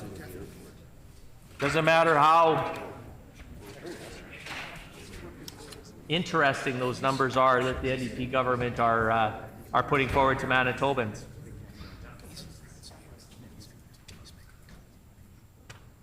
In fact, we know that they really haven't been working at all. Don't take it from me. They said it themselves. More distraction than action. And I'm going to be blunt. So I know that some of the NDP members on that side are going to cringe a little bit, but that's okay because they know it's true. They know it's true. The NDP Premier and his ministers are not doing their jobs. And I know for a fact some of them are not doing their homework, Honorable Speaker. The Families Minister admits she's too busy to do the work. She said it here in this very chamber. Too busy. She said it. I know the member from Point Douglas is trying to shout me down right now, Honorable Speaker, but you can check back and answer. She's not busy. Maybe she's not busy either. Maybe she can check answer. Do a search. It's easy. Then she failed as a House leader, as minister, when she took a trip to New York and neglected her duties right here in Manitoba. Now, Honorable Speaker, to be fair, no matter how important or well-meaning the trip was, a situation unfolded here at home that she should have been here for, Honorable Speaker. And I don't know who their shadow minister is over there, but unfortunately, they missed the memo as well, Honorable Speaker. But she still has not taken that accountability. And my good friend and colleague, the MLA for Midland, and the member, the Liberal leader, and the Children's Advocate had asked for the Minister of Families to call an inquiry. But again, Honorable Speaker, she said it herself, that she's just too busy. And I better use the air quotes. Too busy. Too busy to do the work. Meanwhile, the Education Minister, I know it's the moment he's been waiting for, regrets not doing the work as well. I'm not putting words in his mouth. He's saying this himself, honestly. He said it in the Winnipeg Free Press. After he canceled provincial assessments, experts and parents told him that written exams are critical tools. How many educators do we have on the NDP side? So many. 14-ish? Whether they're teachers or they were trustees or somebody within the educational world. 13 or 14? Too many. And they couldn't figure out that that's a critical tool? What? and they're leading our education department? But I guess that is why, Honorable Speaker, that is why the deputy minister decided to get out and say, That was in Verdon. in the community of Verdon, that nothing to see here. Education isn't even in the top 5 priorities for this government. Wow. But you know what? Keep our education system low. I have to say, Honorable Speaker, here comes a little bit of story time. And it's not even story, this is fact. Love story time. This is non-fiction. It's truth. Here we go. So, education. And now it's in the hands of the NDP again. We know what happened the last time education got into the NDP for 17 years. Luckily, 75% of Manitobans who did not elect and this NDP government are going to see the light within the next 3.5 years, and they're going to re-elect a strong PC government to make sure that education is top of priority once again, Honorable Speaker. The NDP, when they formed government in the early 2000s, the students in Manitoba were sitting at 3rd and 4th in the great country of Canada in numeracy and literacy. By the time the 2011 election came in, and this is part of the reason why I ran, the education minister is saying, don't blame kids. I'm not blaming kids, Honorable Speaker. I'm blaming the former NDP government, and we are seeing a repeat today by the NDP government. Nope, blaming the NDP government. Take a listen. Yeah, Bushy. So back to it. Right here, Bushy. When the NDP took over, we were 3rd and 4th in Canada. Manitoba was 3rd and 4th in Canada on literacy and numeracy. 2011 election rolled around, and I figured, you know what? I'm going to run to become an MLA because this needs to stop. Somebody needs to stop the destruction that the NDP are doing to our education world. Honorable Speaker, I know you're waiting for this, but I'm going to inform you on this. Manitoba in 2011 was sitting at 9th and 10th in numeracy, literacy, and science. You know what happened in 2014? They were 10th, Honorable Speaker, they were 10th all across the board, and further behind 9th. Wow. What did the recent, after 7 years of a PC government, what did the recent polls show? Where was Manitoba sitting? Dead last. This most recent, after 7 years of PC government, we're sitting 6th and 7th.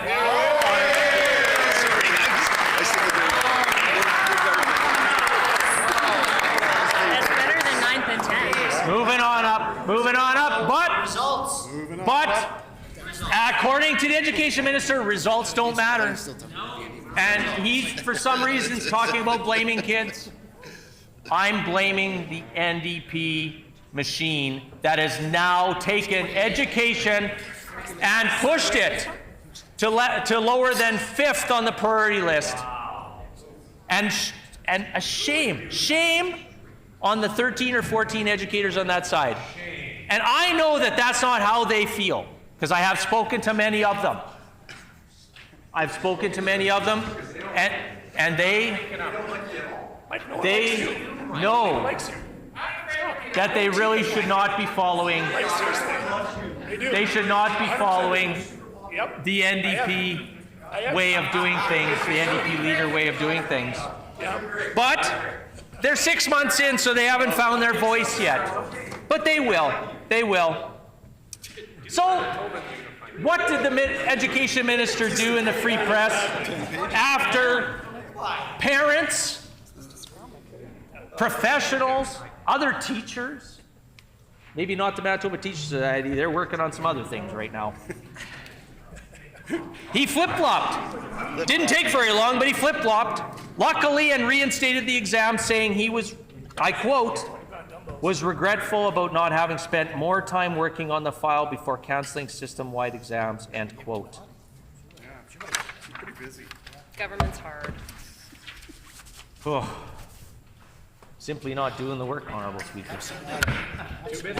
The Finance Minister follows suit. He actually takes credit for our work. Yeah. There you go. He told CBC News that he thinks advertising PC tax savings are, and I quote,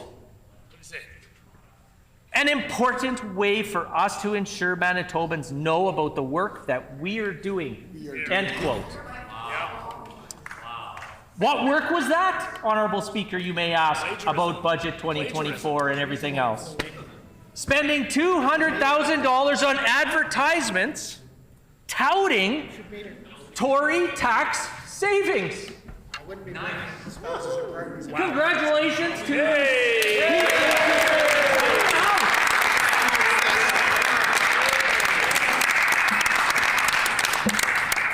Instead of doing the work, I know the member for St. Vitelli's having fun over there. Instead of doing the work, this NDP government has so far just taken credit for the work of others. And I know that we've spoken in this chamber over the last few years about various different sports, hockey, curling, lacrosse, football, lots of different things. And I know that the leader of the NDP mentioned at times about coaching hockey. From what I've read in various different things and quotes, he prefers wrestling, but I don't know what he meant by that. But I would say that in this vein of part of my speech about taking credit for what others do, I will bring it to a hockey analogy. And we've all seen it. We've all seen it. There's these individuals that have played in minor hockey. These are individuals that have played in major hockey, NHL, Are they goons? college hockey. It's called a floater. Anybody know what a floater is? Well, I'm going to educate you on this. Doesn't do the work. The floater, which ends up sort of skating around in the middle of the ice. Meanwhile, there's the forwards. They're forechecking into the corner, digging for that puck. The defensemen are skating back as fast as they can to help defend with the goalie. And that floater, sitting at the red line waiting for a pass. Used to call them red and lines. hoping that there's going to be a breakaway. That's the leader of the NDP. He's floating. He's floating and taking credit for what we've done. That's why we've seen some things in this year's budget, 2024, We announced already. on many things that we've announced.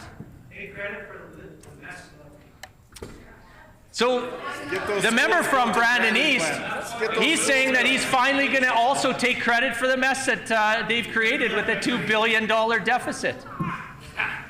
That's good to hear. I'm glad that he is at least one voice in that caucus that is going to stand up and actually put some truth on the, or put some factual things on the record. So I don't want to leave him out. So here we go. Justice Minister's work. Well, what have we heard about the Justice Minister's work? That he's late. The member for St. Boniface is talking about the Lactoboni Personal Care Home. I will be talking about that as well. Or from Point Douglas, sorry. Where did I say she was from? Oh, not from St. Boniface, no. I think she's visited there, though. Definitely. Maybe not. Maybe done some door knocking, but I don't think so. Neighboring to it. The Justice Minister's work is late and the quality he's delivering is poor. Yep. The NDP made very specific time-bound promises with regard to bail reform. You might have heard this because we've mentioned it a couple times in question period. Significant steps within 100 days, they said, but they fell short. They were more than 34 days late with a bail plan that has been panned as ineffectual. Another broken promise from the NDP. Oh, wow. Late and not good enough. And typical of many of the NDP ministers, the health minister hasn't even handed in any work. They have no plan for staffing the healthcare system. And they go even further than failing to plan. They're ripping up job offers to healthcare workers interested in actually coming to this great province of ours. Not the Filipinos. No, don't send the Filipinos. The NDP government is not working for Manitobans because the NDP government is not working at all. Which brings us to the topic that I've been speaking about, this budget. It is now time for this cabinet, which has delivered nothing but tardy, incomplete, haphazard work since the first ring of the bell, to deliver. The time for distraction has passed, and the time for deflection and casting blame is way past over. It's not a new day for Manitoba, it's a bad day for Manitoba. And this budget fails to live up to expectations. It falls short in each and every way.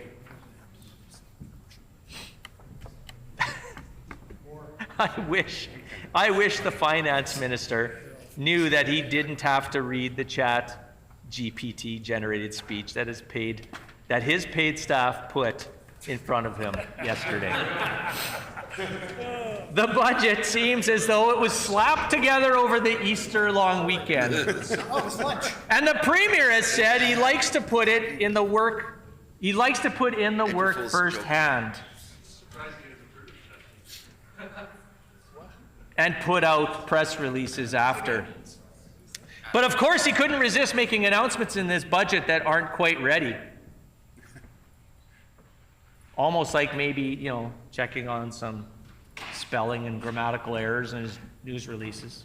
I think he sort of showed us a picture, a quick glimpse into the future of the leader of the NDP. His aspirations are to become the leader of the federal NDP, because he named himself the Prime Minister in his news release, which was interesting. But you know what? It'll go with the hundreds of more staff that this NDP government have hired. But we will get into all of that in estimates when we start asking questions about the budget. The announcements in his budget that we're not quite ready because we know he just can't help himself, because he's more showman than statesman. The signature policy announcement in this budget is the hike to property taxes by changing the rebates. But this is a 2025 policy. Healthcare recruitment and other healthcare promises will take years to materialize, and public safety is conspicuously absent from the budget entirely. When we talk about in the budget, the finance minister stood up, talked about the increase in healthcare professionals. Yeah, no kidding. 20 plus years, healthcare professionals have been calling on governments to act. And we did act.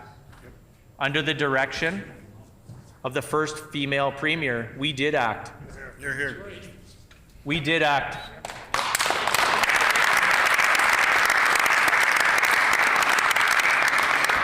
We increased seats for physicians, healthcare aides, nurses. Last spring was the record number of physicians to graduate in the province of Manitoba of all time.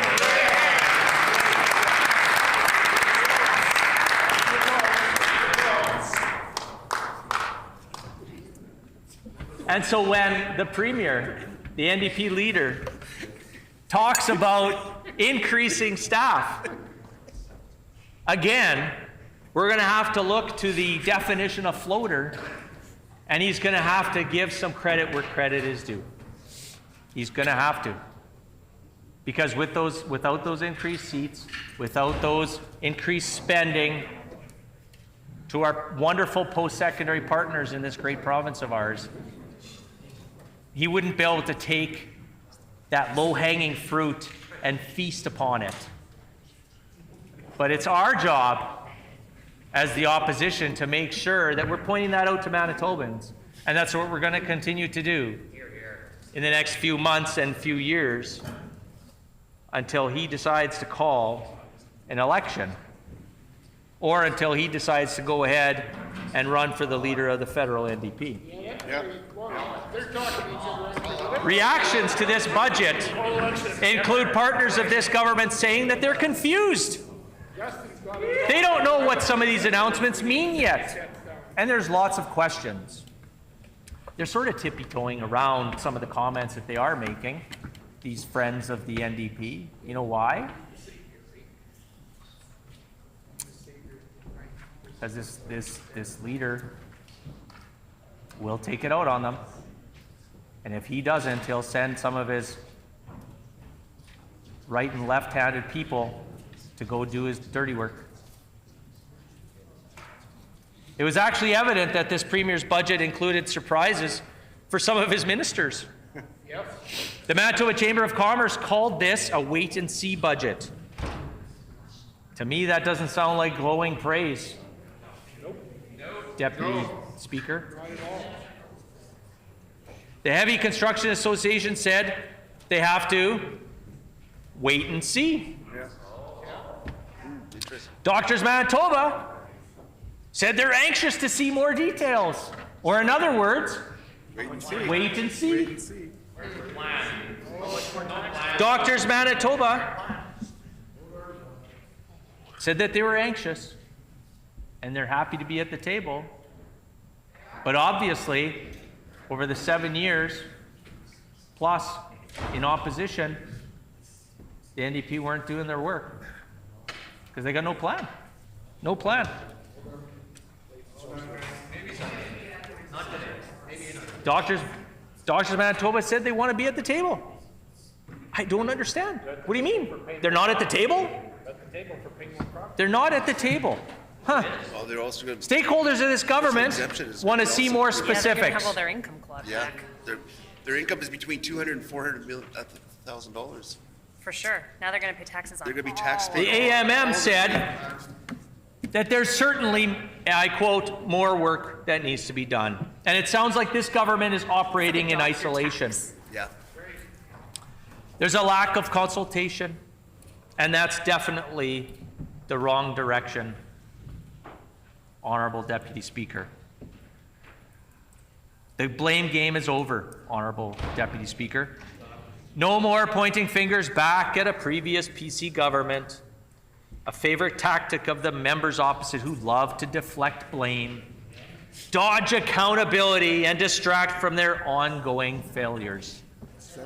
Now that this budget is tabled, it's the NDP's spending plan, the NDP's tax plan, and the NDP's tax cuts.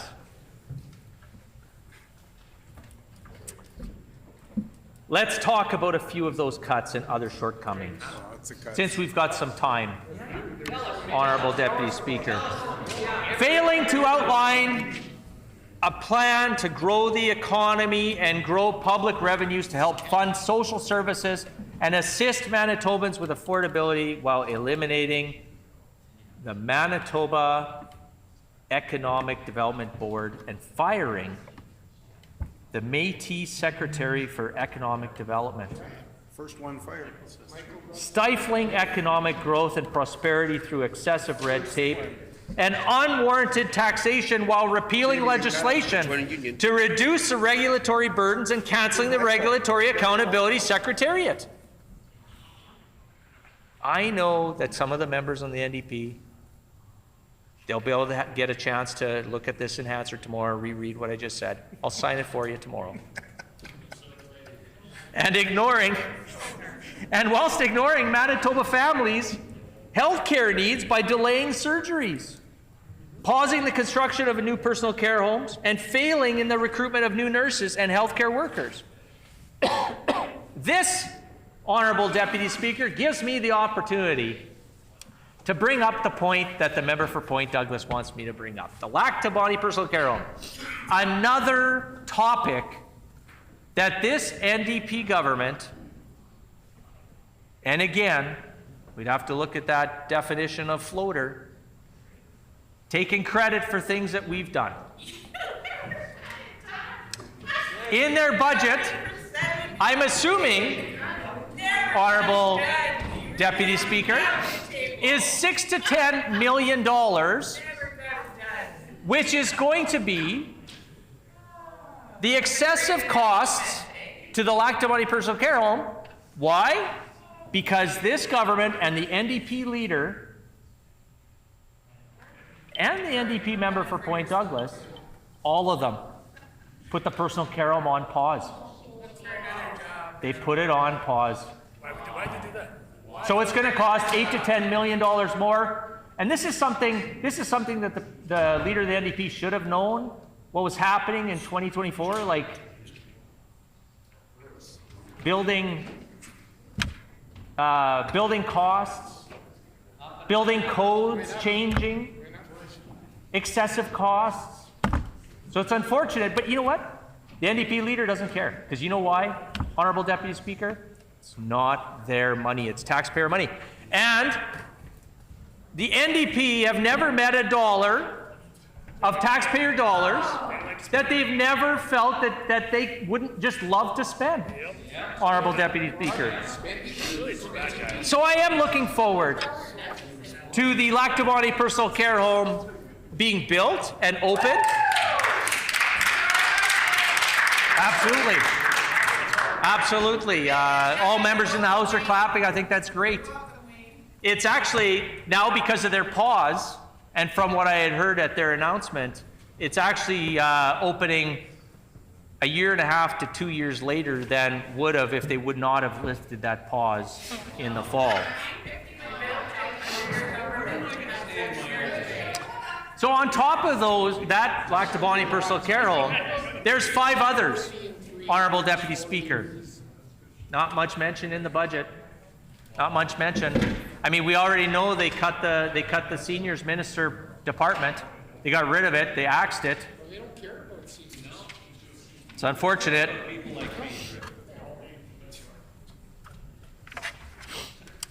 They paused and canceled. I know the education minister should be concerned about this. They paused and canceled the construction of the new schools for our growing communities in Manitoba. And on top of that, they reduced the education capital budget by $100 million. And again, I'm going to repeat this, and I'm going to repeat this, and I'm going to repeat this, that this NDP government put education somewhere lower than the top 5 on their priority list. And this showed again in this year's budget, Honorable Deputy Speaker. How do they get trained to become health professionals? 9 schools. 9 schools they put on the chopping block, no mention of them. They did mention the 2 recycled ones that we had announced. And the daycare spaces that go along with it, too. Now, the member for Point Douglas is asking me how many daycare spaces did that include? Well, Honorable Deputy Speaker, the member for Point Douglas raises a great question, and she's still asking the question. She wants the answer. So out of those 9 schools that we had promised, 660 new childcare spaces were going to be built with that as well. Wow. Yeah. Wow. $10 So now, if you can't get a space. yeah, now they're talking 2 schools. And of those 2, there'll be somewhere between 70 to 90 daycare spaces per, but that'll be flushed out, I guess, as it continues on. It's unfortunate, Honorable Deputy Speaker. Well, so now infrastructure. They cut more than 10% of the highway infrastructure budget, reducing it to the tune of While reducing it from $557 million to $500 million. Sounds like a cut. Sounds like a cut. That's a cut. And reducing the transportation and infrastructure budget for water projects and other infrastructure. And you've heard it today in question period, and you will hear this again and again and again. Why? Because it's a massive cut. Because it's a massive cut. And the NDP need to be forthright to Manitobans. $163 million cut. Wow. It's going to be the winners and losers in that. The city of Winnipeg just had as I mentioned earlier, one of the 2 largest sewage leaks in the history of Manitoba. Anything in the budget? Nope. Nada. Zilch. They got what they needed from the city of Winnipeg. They got a bunch of votes. Reducing the emergency contingency fund.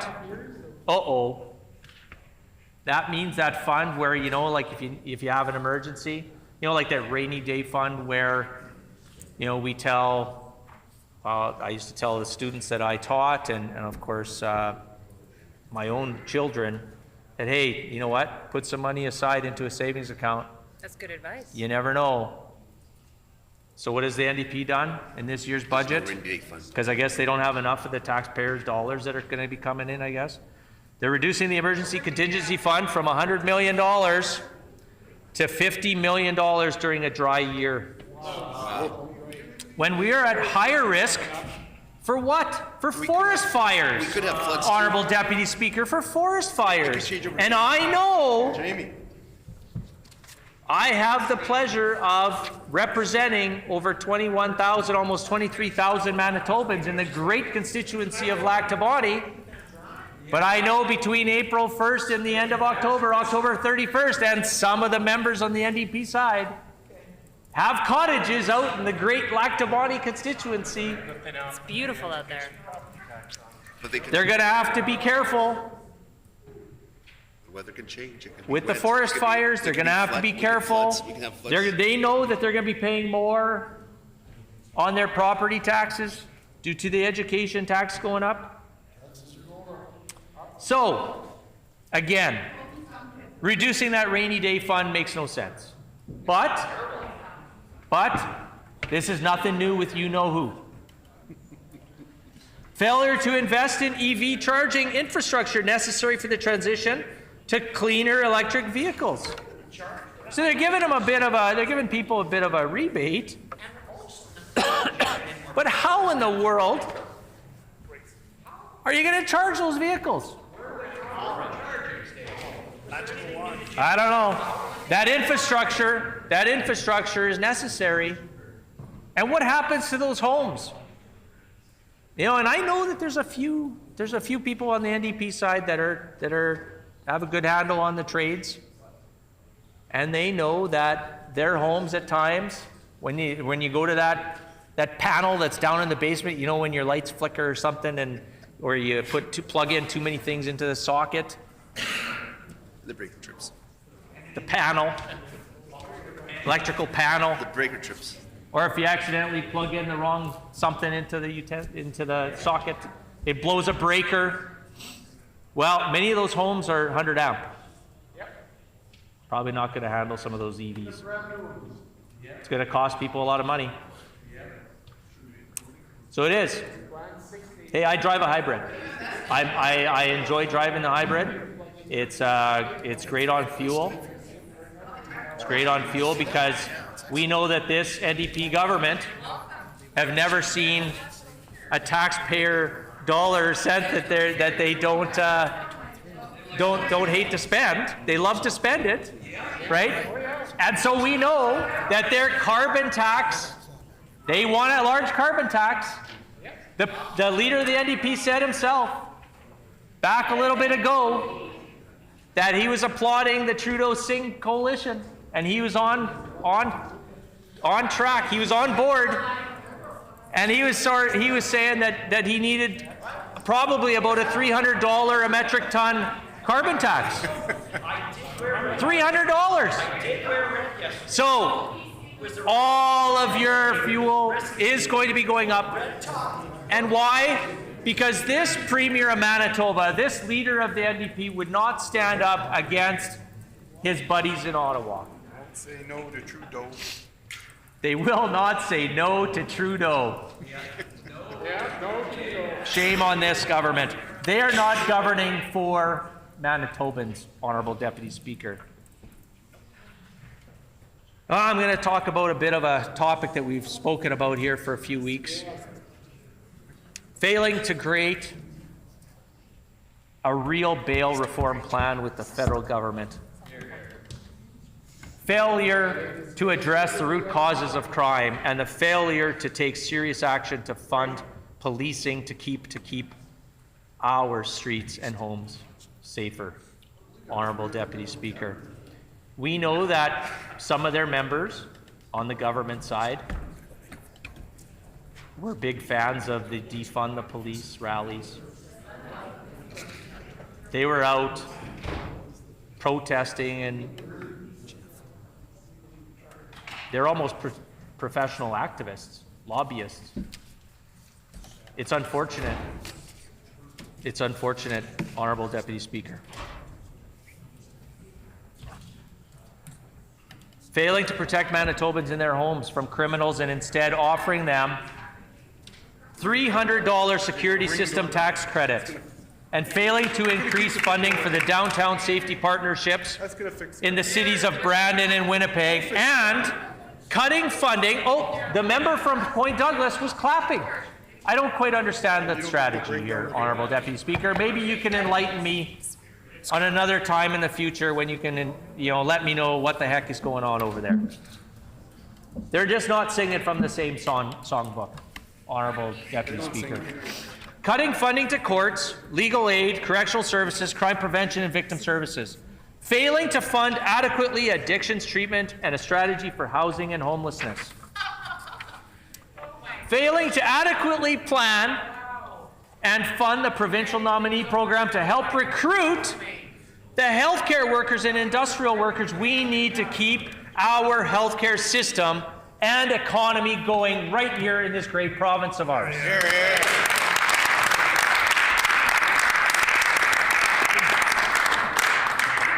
They're underfunding school divisions, Honourable Deputy Speaker, so that the school divisions have to raise the taxes on Manitoba ratepayers, and increasing the tax burden on Manitoba families with higher school taxes while ending education tax credits and seniors tax credits, and ending the full phase out of the education property tax on families and small businesses while plotting future tax increases on Manitoba families. The members on the government side know it's true. They've seen this story before, and that's why the leader of the NDP was the stark candidate for the previous NDP premier, Greg Selinger. We're going to see it again. Increasing education taxes on middle-income families, nurses, teachers, and police officers when you eliminate the full planned rebate in 2025. They would have done it earlier if they could have. It's like the finance minister went out in the fall and said that he was going to hold on. He was going to hold on to the education rebate. You know why he had to say that? At the end of October, he had to say that because it was too late anyways. It was too late to cut it. Did you guys buy the Sun, Jamie? Did you buy the Sun? Failing to freeze Manitoba Hydro rates as promised in the 2023 election campaign. Didn't hear anything on that, Honourable Deputy Speaker. Failing to remove the carbon tax from Manitoba home heating bills, and failure of removing the longest serving Manitoba Hydro CEO and interfering in the management of Manitoba Hydro. This is what Manitobans, NDP government, does and are going to do and are going to continue to do. They interfere with the rate of applications of the Manitoba Public Insurance and the Public Utility Board by setting the rates for MPI and refusing to address the federal carbon tax impacts on families and allowing the federal government to raise the carbon tax on Manitoba families while flip-flopping multiple times on this issue, and failing to adequately address the current pipeline shutdown and fuel shortage while announcing an increase of fuel taxes on October 1st, 2024. That's when it's happening. Major increases to our fuel taxes. October 1st, 2024. They're failing to protect taxpayers with a realistic plan to reach balance, and borrowing billions more to fund $3 billion in election promises while burdening Manitobans with higher interest costs for generations to come, and choosing to run billions of dollars of deficits for the next 3 years that, as I've said before, and we will continue to repeat that. They're going to drive my kids And out of repeat this that, golf and course. repeat that. And then promising, go figure, typical NDP, typical spend DP, promising to reach balance after the next election without any accountability. Before the election. They failed to provide a plan to get value for taxpayers' dollars through competitive procurement and smart shopping, and instead driving up the cost of government capital projects. All of that is the wrong direction. Practically none of it was even discussed during the election campaign. This NDP government is not as advertised. Honourable Speaker, the budget is not what was promised by the NDP 6 months ago. I apologize, Honourable Deputy Speaker. I'll repeat that because I've got time. Honourable Deputy Speaker, this budget is not what was promised by the NDP 6 months ago. Ironically, the NDP promotes this as a budget for one Manitoba, but it divides Manitobans. Division is the wrong direction.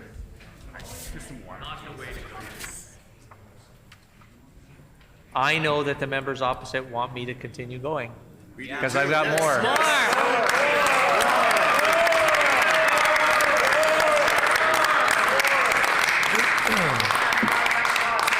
More water. There'll be a new crew in here soon to see you.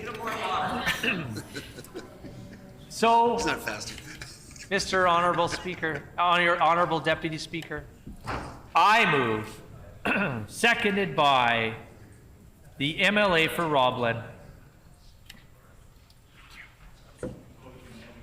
that the motion be amended by deleting all the words after House and substituting regrets that this budget neglects the priorities of Manitobans by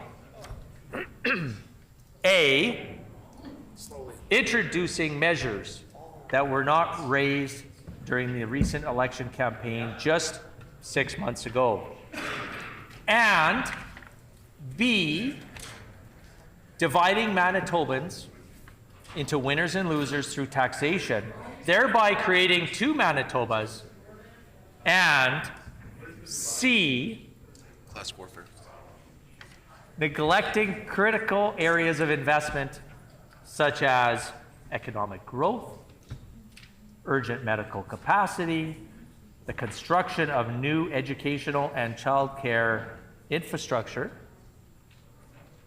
as well as roads, highways, bridges, waterways, and other critical infrastructure, environmental conservation and protection, and public safety, and D, inadequately addressing the current cost of living crisis, the rising provincial debt load, and effect of increased interest costs, and E,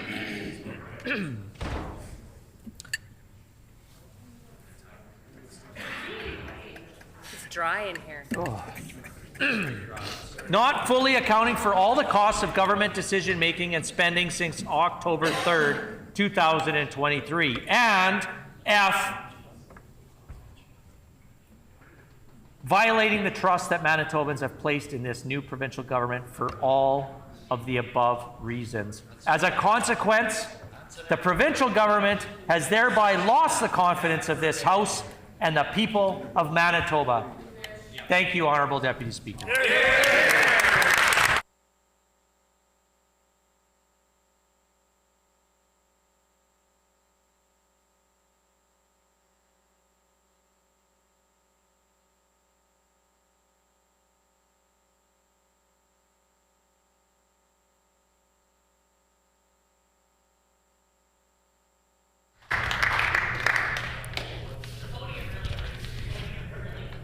It's been moved by the Leader of Official Opposition, seconded by Member for Roblin, that the motion be amended by deleting all of the words after House and substituting regrets that this budget neglects the priorities of Manitobans by A, introducing measures that were not raised during the recent election campaign just 6 months ago, and B, dividing Manitobans into winners and losers through taxation, thereby creating two Manitobas, and C, neglecting critical areas.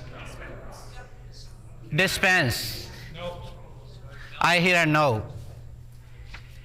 C, neglecting critical areas of investment such as economic growth, urgent medical capacity, the construction of new educational and childcare infrastructure, as well as roads, highways, bridges, waterways, and other critical infrastructure, environmental conservation and protection, and public safety. And D, inadequately addressing the current cost of living crisis, the rising provincial debt load, and effect of increased interest costs, and E, not fully accounting for all the costs of government decision-making and spending since October 3, 2023, and F, violating the trust that Manitobans have placed in this new provincial government for all of the above reasons. As a consequence, the provincial government has thereby lost the confidence of this House and the people of Manitoba. The amendment is in order. Sorry. The Honourable Member for River Heights.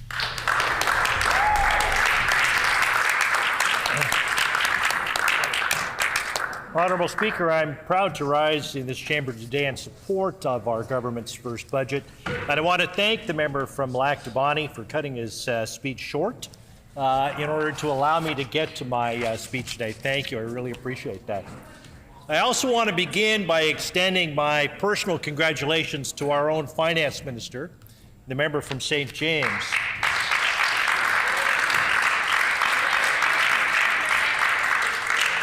For keeping his focus exactly where it needed to be, on the needs of those amongst us who, after 7 years of an unrelenting austerity government, have fallen the furthest behind. The young families struggling to find their place in the world, an affordable place to call home, and daycare spaces for their children. The frontline healthcare workers ground down while providing essential care to patients in a purposefully hobbled system that too often viewed them as disposable. The students, the teachers, and the educational workers in underfunded classrooms without the resources and supports necessary to ensure that every child reaches their full potential. And our relatives, friends, and neighbors who find themselves struggling with food insecurity, homelessness, mental health, or addictions issues, whose needs are rarely prioritized when balance sheets and maintaining privilege matter more than people. I wanted to begin with that, Honourable Speaker, because I strongly believe that budgets are the clearest insights one can get into the motivations, the soul, if you will, of a government, what it really cares about, who and what it values. More than any other government document, budgets tell you who your government really is, the kind of province they want to build, and the path they intend to travel to get there. So what kind of province does our budget set us on a path to build? Well, it's spelled out very clearly right on the front cover. One future, one people, one Manitoba. Not like the winners and losers of past budgets, or the us versus them of past campaigns. No, instead, it's focused on ensuring that all Manitobans, working together, can build a secure, stable, and inclusive future for all those who come to call our communities home. That's what our government wants, and that's what Manitobans want. And that's the path this budget begins to chart for us. And that's exactly what the people of my constituency of River Heights expect from their government. On their doorsteps, at our schools, businesses, and places of worship, over and over again, they've told me they want a government that lifts people up instead of pushing them down. One that pulls the community a little closer together rather than apart, creating division and anger. What's more, River Heights understands the role it must play in shaping that government, recognizing that with privilege comes the responsibility to help bring about progressive change. Democracy is never a spectator sport. At some point, advocacy must become action. This gives me a nice opportunity, Honorable Speaker, to raise a topic that I've talked about before in this chamber, and that's the recent development of the River Heights Council of Faith Leaders that was started to do exactly that, take action in our community to improve things. I'm lucky to have in my constituency, Honorable Speaker, 14 churches and 3 synagogues who on a daily basis do untold numbers of progressive acts to support people in the community around issues like food insecurity, like poverty, like reconciliation, and like work to support the elderly. On February 12th, we had our first meeting as a faith council. We came together to talk about our shared challenges as a community and to explore how, together, we might work to address them. And during the course of that meeting, I was deeply impressed by their shared concern for those in need, their commitment to social justice, and their keen interest in working together to find innovative approaches to problem solving. This group is already hard at work on a number of key areas that really symbolize what we're talking about with our budget, bringing Manitobans together from diverse areas and backgrounds to work together to build our province in a meaningful way. We're already working on housing, finding transitional housing, creating new transitional housing for seniors. Right now, if you're a senior in River Heights and you want to downsize, you actually have to move out of the community you've been a part of for a very long time, out to a different community. That transition alone as a senior is challenging enough, let alone without giving the community that you love, giving up the community you love and you've been in for the past 30 or more years. So we're working on that housing. We're working on the idea of extending daycare. How do we find more capacity for childcare within our community? We're looking at also at things like returning to community health, trying to find ways to support the work that we're doing, bringing healthcare closer to the community itself. And this budget, Honorable Speaker, helps us do all of those things. It charts a path forward to allow that grassroots community action to be successful. So this budget is most helpful as we continue to do that work in River Heights. This budget, Honorable Speaker, is built exactly on the advice and insights of countless thousands of Manitobans, just like those in River Heights. And as a result, it focuses on 5 key policy areas: rebuilding healthcare, lowering costs, healthy families and safer communities, and growing our economy. I want to start the core of my comments, Honourable Speaker, with our efforts to rebuild healthcare. No issue dominated the doorstep more than the state of healthcare under the previous government. What took 7 years to tear down will not be repaired in a single budget. But this budget is a significant beginning. We're investing a record $8.2 billion in health, seniors, and long-term care programming. That represents a 13.5% increase in funding, with much of it targeted at closing the systemic gaps and ending the inefficiencies brought on by years of relentless philosophical cuts. We're doing something else, Honourable Speaker, something the previous government never did.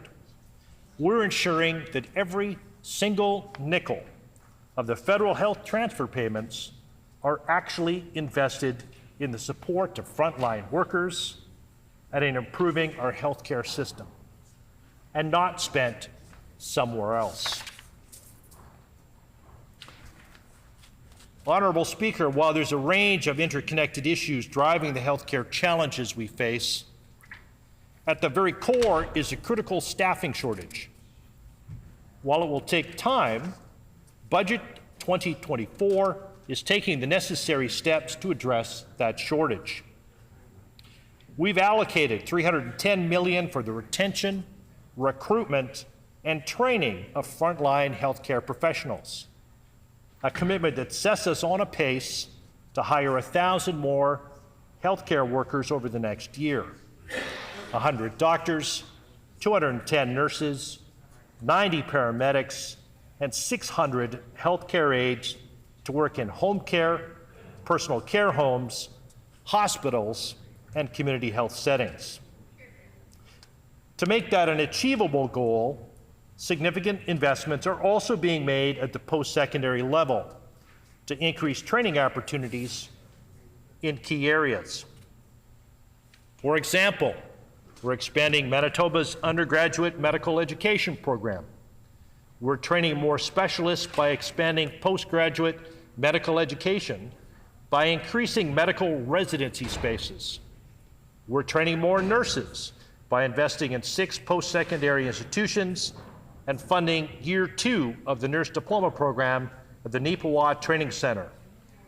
And we're training more practical nurses. But there's more. Advanced paramedic training at Red River College, creating a pathway to train doctors at Brandon University, expanding the Bannatyne campus, where we'll train more healthcare professionals, and we're fast-tracking the accreditation of foreign-trained health workers. In time, these programs, along with others outlined in our budget, will ensure that the healthcare workers we all count on to be there for us when we need them most will in fact be there. And again, I can't stress this enough, Honourable Speaker.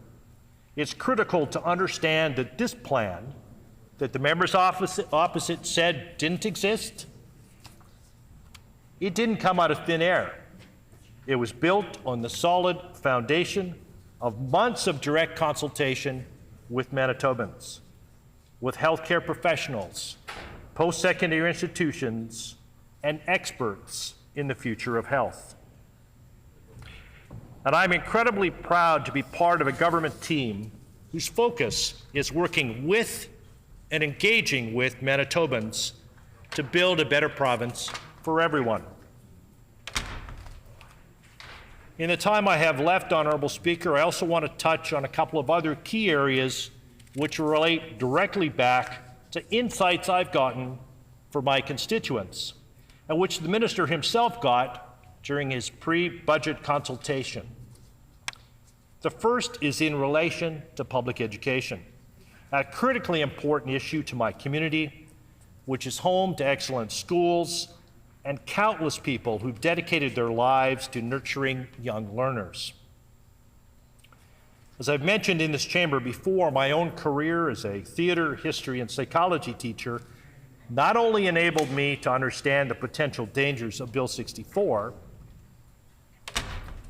which pushed me to serve as a member of this chamber, but it gave me frontline insights into the impacts of chronic underfunding of the public education system.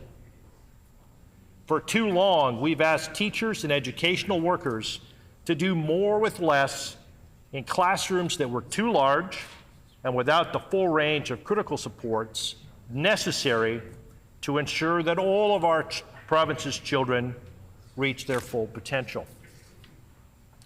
This budget puts a stop to that. In addition to an increase in the overall education budget, significant progress is being made with a $104.2 million investment specifically to help every child reach that potential, including $30 million for a universal school nutrition program. With the recent news that the federal government is now also ready to step up to help feed hungry children, we can look forward to students thriving in our public education system in a way that food insecurity and poverty prevented in previous years. And I'm incredibly proud of that. And I know my constituents are thrilled by that news.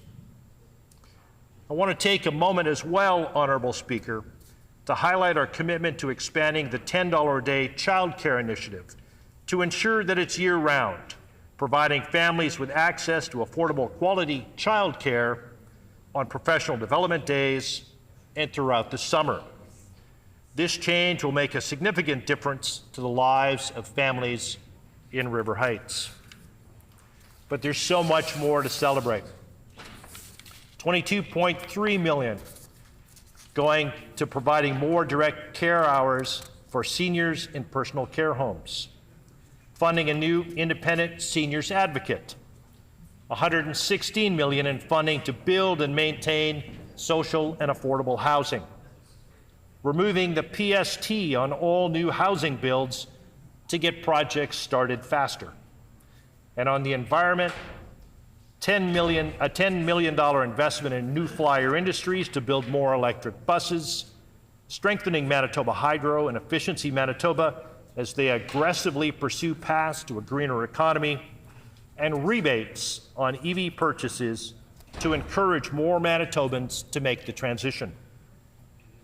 Again, Honorable Speaker, our budget reflects the priorities of Manitobans and has been built on a foundation of careful and ongoing consultation, exactly how all public policy should be developed. And that approach has been noticed and welcomed by Manitobans. By way of illustration, I had the great privilege to attend a breakfast meeting this morning with the Minister and members of this chamber, hosted by the Manitoba Chamber of Commerce.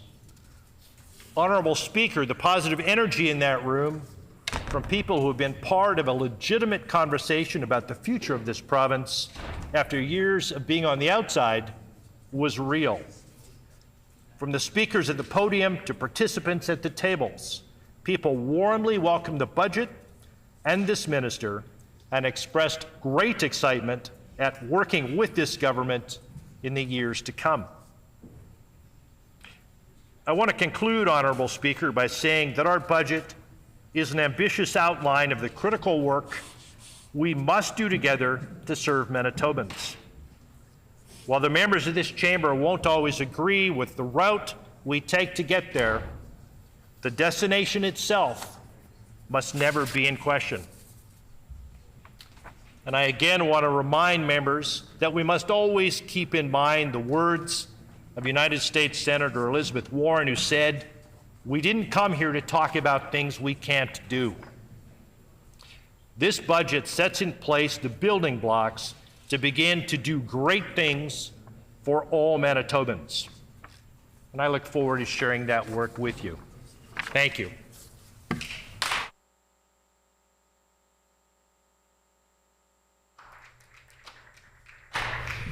The Honourable Member for Roblin.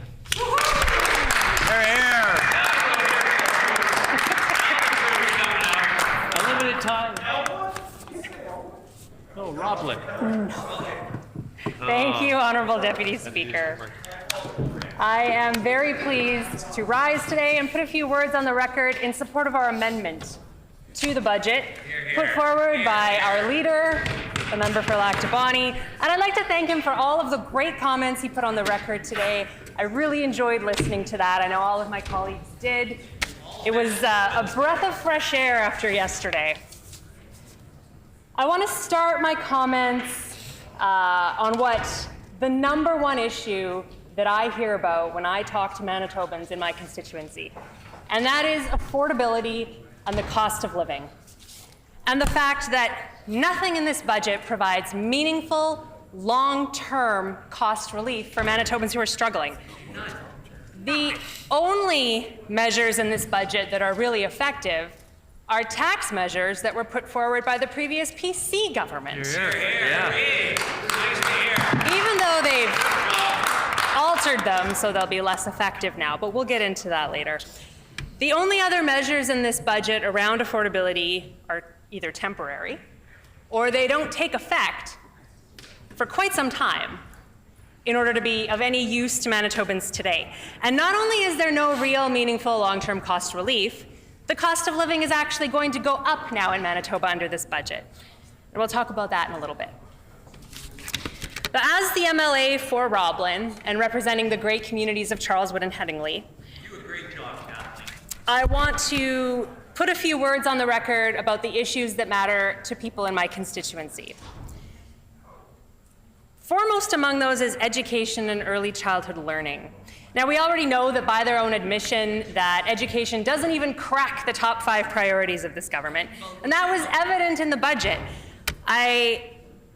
I got to spend my evening last night, like many of us, I'm sure, going through the budget and the estimates of expenditure. And on page 63 of the estimates of expenditure, we noticed a $100 million cut to capital funding in the Department of Education and Early Childhood Learning. Unbelievable. And that's a big concern, not only for the constituents of Roblin, but in fact for all Manitobans. There's a pending capital project at Phoenix School in Headingley. It is a much-needed expansion and renovation. Headingley is one of the fastest growing communities in southern Manitoba. I met with them. And Phoenix School, it's bursting at the seams. I've been in there. And since 2013, the St. James Assiniboia School Division has submitted capital requests for funding for this project. It is the #1 priority for that school division. In 2022, the project was approved by the previous PC government. But I'm very concerned, and my constituents are very concerned, that the NDP's cut to capital projects is going to negatively impact this project. There's a lot of uncertainty now. We don't know if this project's going to be able to go ahead. Don't know. Not only this project at Phoenix School, but other needed improvements to schools throughout Roblin. And not just schools. Daycares. Oh, daycares. Near and dear to my heart. Daycare is a huge concern in my constituency. I know I'm a working parent. I get it. I rely on childcare in order to come here to the legislature and do my job every day. And my office receives inquiries extremely frequently from families who are desperate to find childcare. Yeah. And this budget provides no assurance to those families that help is on the way. I mean, $10 a day daycare is great. In fact, it was the previous PC government that made it a reality here in Manitoba. Hear, hear. Hear, hear. But it also drives up demand. And the fact is, we need more daycare spaces and more daycare staff to ensure people can go to work to support their families. And the previous PC government was well on its way to an ambitious goal of adding 23,000 new childcare spaces in Manitoba. And we saw the tangible benefits of that in the constituency I am so privileged to represent with the opening of a ready-to-move childcare facility in Headingley. In Headingley. That's taken care of, Manitoba. That is taken care of. I was in the facility in February for I Love to Read Month. I read to 7 daycare rooms in there. Holy moly, that's it a is lot a of reading. beautiful facility. We need more of that in More. Manitoba, not less. Not less. But they cut the capital budget. They did cut so the capital. I don't know where those spaces are going to come from. Manitobans don't know. No. And I think, plan. my constituents are right to be concerned. I also want to talk about an issue that's near and dear to my constituents and also to me, and that's small businesses who were left out in the cold by this budget yesterday. Good thing it's warming up. We all know about the payroll tax. It was brought in by an NDP government. It's a job-killing, punitive tax. It penalizes growth. Under the previous PC government, we saw incremental improvements to that tax. Increases to the threshold that took many small businesses off those tax rolls altogether. And if the election had gone the way we'd wanted, we'd see the elimination of the payroll tax. But under the current government, the payroll tax, no, not touching it. No. Gonna leave it just the way it is. Yeah. They'll increase it. I think they will increase it, and we'll watch for that. But that's not the only way that they're causing grief for small businesses. They've removed the education property tax rebate from commercial properties. And this isn't just, despite what the NDP will tell you, this wasn't just for big businesses. This was for small businesses who own their property. And now they're going to have a much higher property tax bill, thanks to the NDP. Yeah. There is nothing in this budget to help small businesses that are still struggling with high costs and labor shortages. Small businesses are the major economic driver in our province and one of the top employers in Manitoba. And during their campaign, one of the only things the NDP promised to small businesses was help to deal with increasing crime that small businesses have been facing. But what they got was a $300 rebate. Yeah. No. It's like putting a Band-Aid on a bullet wound. That way they For can watch the ads. reference, as a new MLA, I just set up my constituency office. My constituency office is a very tiny office. It's one room in a strip mall. It has very minimal security needs. And the security system that we just installed cost over $2,000. What? Just for the system. That's not even including the monthly monitoring fees. So, and if I had more than one entrance or more than one window, it would be even higher. $300 is a drop in the bucket. Spit in the ocean. Yeah. People do anything with them, but we'll watch them. And all of this led me to ponder the NDP's comments during the election, and it led me to wonder what happened to that economic horse that's supposed to pull the social cart. Got it dead. I know, the horse has broken its legs and is doomed for slaughter. Yeah. Headed to the glue factory. Headed to the glue factory.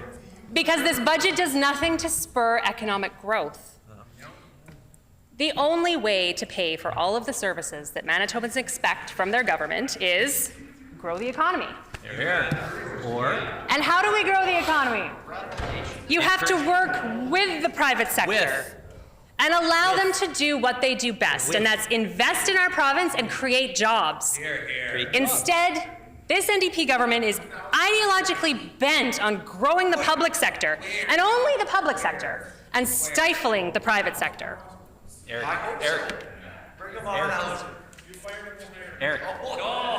Eric. They've cut infrastructure funding, which is going to have a direct impact on the businesses that rely on our roads to get their goods to market. And whether it's the legislative and regulatory changes that we're starting to see that are going to negatively impact the construction industry, the cuts to infrastructure, or the way they've completely ignored the financial reality for many small businesses, the economy is going to suffer under this NDP government and under Budget 2024. Yeah. They're going to increase the debt to $35.4 billion. Don't worry, the kids will pay for it. Yeah. My kids, your kids, they'll all be paying for it. Grandkids, nieces, nephews, great. The cost of servicing that debt is now 10 cents of every dollar. Yeah. Debt servicing costs are the third third highest line item in this budget. Yeah. Unbelievable. So we've got no economic growth, and we've got skyrocketing debt. That is bad news for our children who will have to pay for all of this down the road. And that's if they stay here. In conditions like this, they couldn't be blamed. The U-Haul is backing up to go off to Alberta, to Saskatchewan, to greener pastures where taxes are lower, where they can keep more of their income, and where they're not going to be paying off years and years of NDP debt. Yeah. The fact is that this budget provides no incentives for growth and creates an environment that is not competitive for businesses, that's going to drive businesses out of this province. Cart. And not to mention the fact that the government has just been blatant in this budget in its preference for unions and unionized workplaces over all other types of employers. Yeah. What message does that send to the business community in Manitoba? It creates incredible uncertainty about whether they're even going to be allowed to bid on government contracts. But it's funny, you know, one of my colleagues pointed out to me this morning, not ha-ha funny. In his speech to the Chamber of Commerce this morning, the Minister of Finance curiously forgot to mention unions. I wonder why. Huh. I don't know. Because he's getting a kickback from the lunch. It's interesting. Breakfast. Yeah, well, those people. So I want to talk a little bit about the changes to property taxes that were imposed in yesterday's budget. And make no mistake, despite the NDP's spin, any way you slice it, Manitoba homeowners are facing a property tax increase. It's particularly true in Winnipeg, where properties are typically valued higher. When you factor in the mill rate increases now being imposed by the school divisions, there's no way people are saving money under Budget 2024. All costing them more. Even Ron. They've eliminated property tax rebates for multifamily dwellings for apartment blocks, which is going to drive up rents and reduce housing stock in Winnipeg, where there's already a critical shortage of rental properties. Yeah. Yeah. And the numbers put forward in this budget are a farce. The NDP is trying to say that 83% of homeowners somehow benefit, but that's false. False. That number came out of thin air. NDP math. If you read the fine print in the budget, those numbers are based on a fictional mill rate that no longer exists now that school divisions are increasing property taxes. And it ignores the fact that under the previous PC plan that they're scrapping, homeowners would have gone to a 75% rebate and then a 100% rebate. 100% rebate. Paying no education property taxes. Nothing. Zilch. Exactly. Anything is higher than zero. Any way you slice it, this is a tax increase. In Roblin, we have a lot of people who are privileged to own cottages. Their property taxes have now just doubled. We've already talked about commercial property owners. Matt's got a cottage in my constituency almost. Well, we can all look forward to those property tax increases. And assessments only go up. I've been a homeowner for a long time, and I've never had a property assessment come in that lowered my property tax value. So with every assessment increase now, you'll be paying more. $148 million more this year alone. Holy moly. In property taxes out of Manitobans' pockets. With bad infrastructure. And I want to talk a little bit about healthcare. And I was so surprised by this budget, coming from a government that campaigned almost exclusively on healthcare. I remain genuinely astonished by the lack of detailed staffing plan in their budget. I don't know where they think they're going to find 1,000 healthcare workers, because they didn't say. There's no timeline, there's no details, there's just magical targets thrown out in thin air. For Filipino nurses that were here. If you're a Filipino nurse trying to come to Manitoba, this government will rip up your job offer. I can't believe that. It's unbelievable. And let's talk about making Manitoba a more competitive environment for healthcare workers, given that we are competing with every other jurisdiction in Canada for the same pool of healthcare workers. Yeah. We are in a nationwide healthcare worker shortage. Yeah. And the NDP are taking a huge step backwards with this budget. You want to come to Manitoba for the affordable homes, maybe buy a cottage?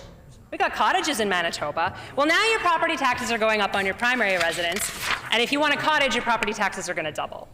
And if you're a doctor who we desperately need in this province, and a lot of doctors make good money, as they should. They've worked hard, they've gone to school a long time. A lot of them are cracking that $200,000 a year income mark. Almost as much as the But premier. now, in their new doctor tax, the NDP are going to start clawing back their income. Yeah. And once they hit $400,000 a year, they're going to be paying income tax on all of their income. Yeah. It's unreal. And that's just the tip of the iceberg. Yeah. 6 months after getting elected, still no comprehensive plan to increase staff. They're promising beds here, beds there, but beds don't staff themselves. Got that new hospital in Portage, thank you, BC. We don't know where these people are going to come from. What incentives will draw them here? In the media, the Premier mentioned all of the new graduates that they hope to hire, and that's thanks to the work of the previous PC government that added those training seats, that was thinking ahead beyond the next election cycle to future generations. But how will the NDP keep these people here? Nobody knows. Backing up the U-Haul. Tax them. Maybe that'll keep them here. Let's tax them. The lack of staffing plan isn't the only oversight when it comes to healthcare. There is nothing for wait times in the short term. No. I talked about this a little bit today in question period, but first they prevented Manitobans from going out of province for surgery, with no plan to increase surgical capacity here. Now they're preventing Manitobans from getting surgery in the province. It doesn't make any sense.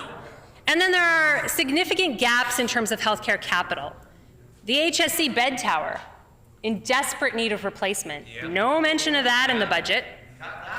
The Bannatyne campus expansion, well, that started under the previous PC government. So that's a re-announcement. And then PCHs that they paused and then re-announced. So that's interesting. There was nothing in the budget about ongoing care for seniors. And this is a very serious issue. Yeah, serious. Take this serious. Seniors are the fastest growing demographic in our province. Yeah.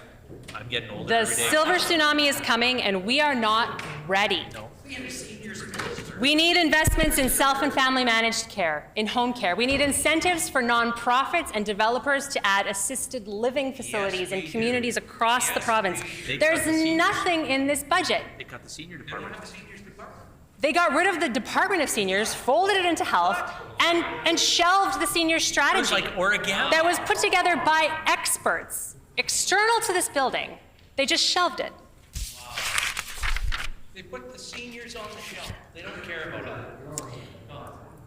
And furthermore, the NDP has abandoned our communities.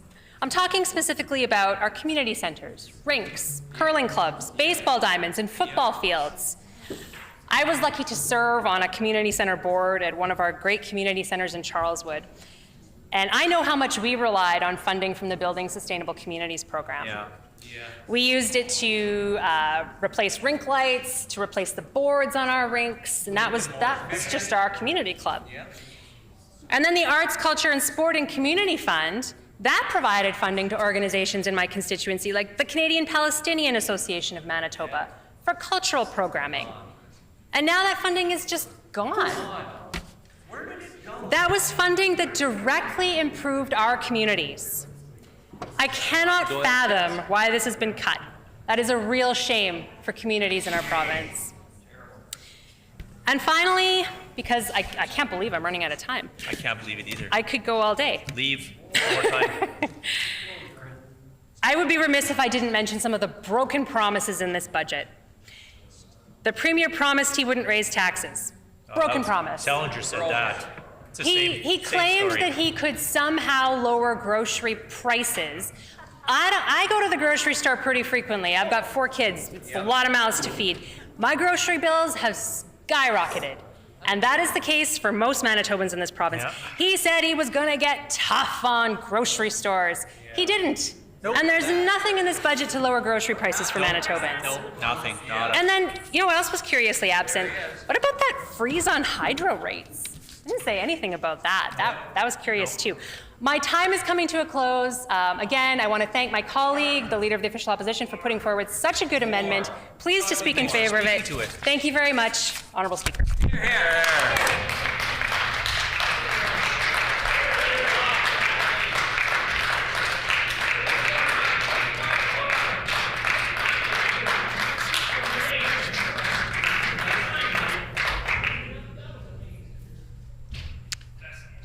The honourable member for Waverley.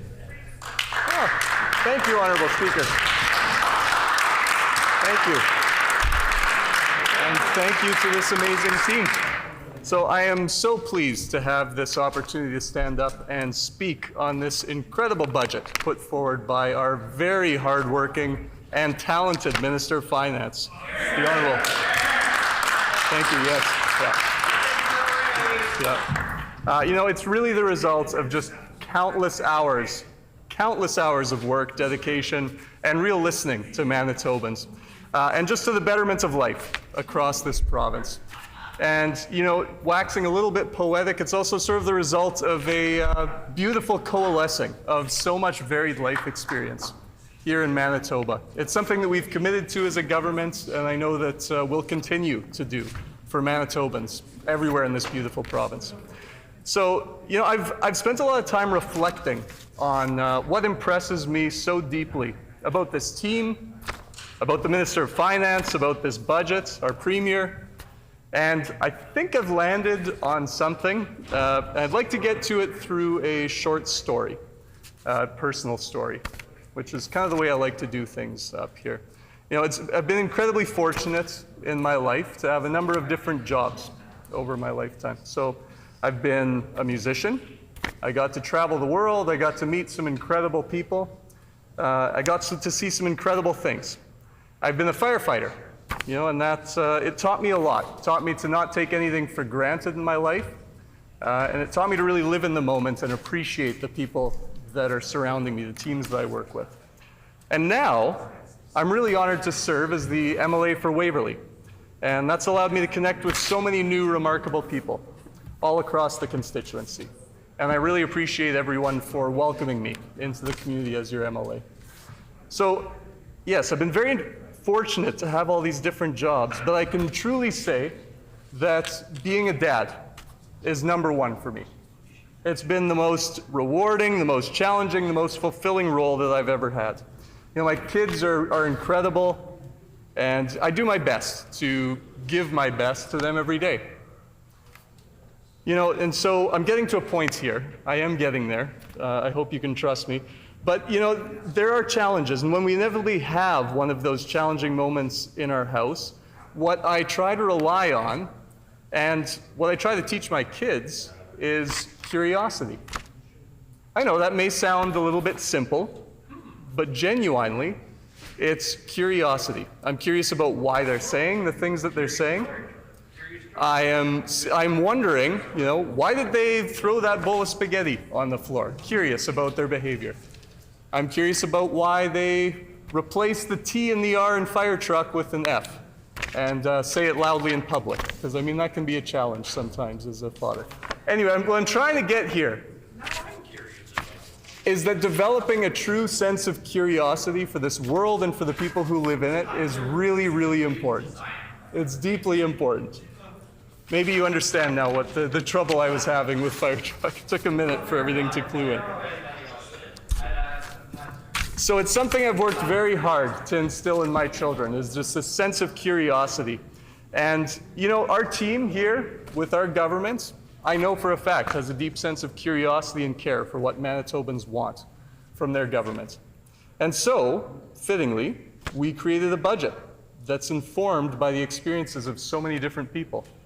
Firefighters, multi-generational farmers, new Manitobans, the experience of business owners, union members, teachers, healthcare aides, environmentalists, dads just trying to get by and do the right thing by their family, and just about any other Manitoban you can think of.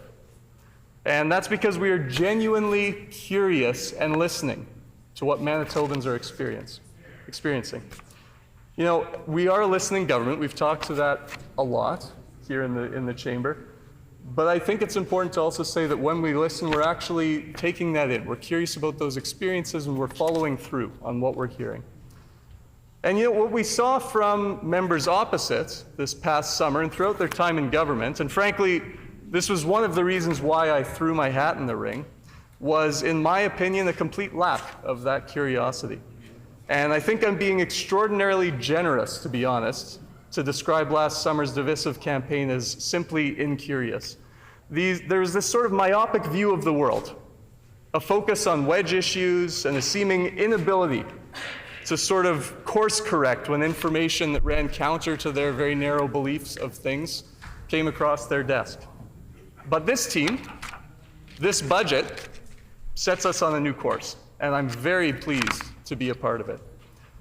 You know, Honorable Speaker, a few weeks ago, I was fortunate enough to join our Premier, the First Minister, and the Minister of Health, as well as the hardworking member for Fort Richmond, in a listening tour stop at the Victoria. Oh, there she is. And it was an incredible experience. You know, I worked as a firefighter over the last decade, and I worked on the front lines of healthcare. But what I saw there was a room full of folks who were deeply passionate about their work in the community and just wanted to know that we had their backs. They shared a lot of really important information, and that is reflected in this budget. You know, and specifically, what I would like to speak to is something that affects the residents of Waverley, that I spoke to quite a bit when I went door to door, who were frankly scared. They were upset when the Victoria Hospital ER was closed. We have set aside a significant amount of money, $635 million, I believe, in this budget for health capital investments. And part of that will be going directly towards working towards a new Victoria emergency room.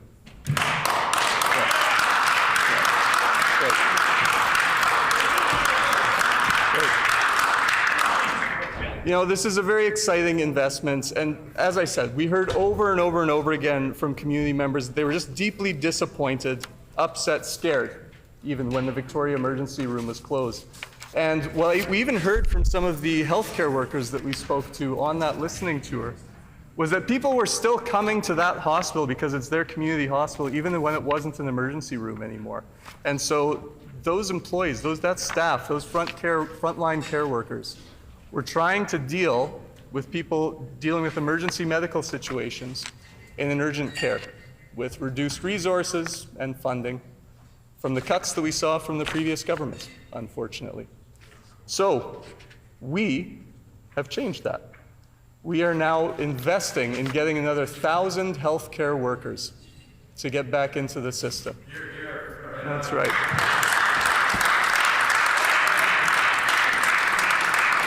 It is much, much needed help that people on the front line are looking for, and we are going to deliver, thanks to our hardworking finance minister, this hardworking team, and our premier.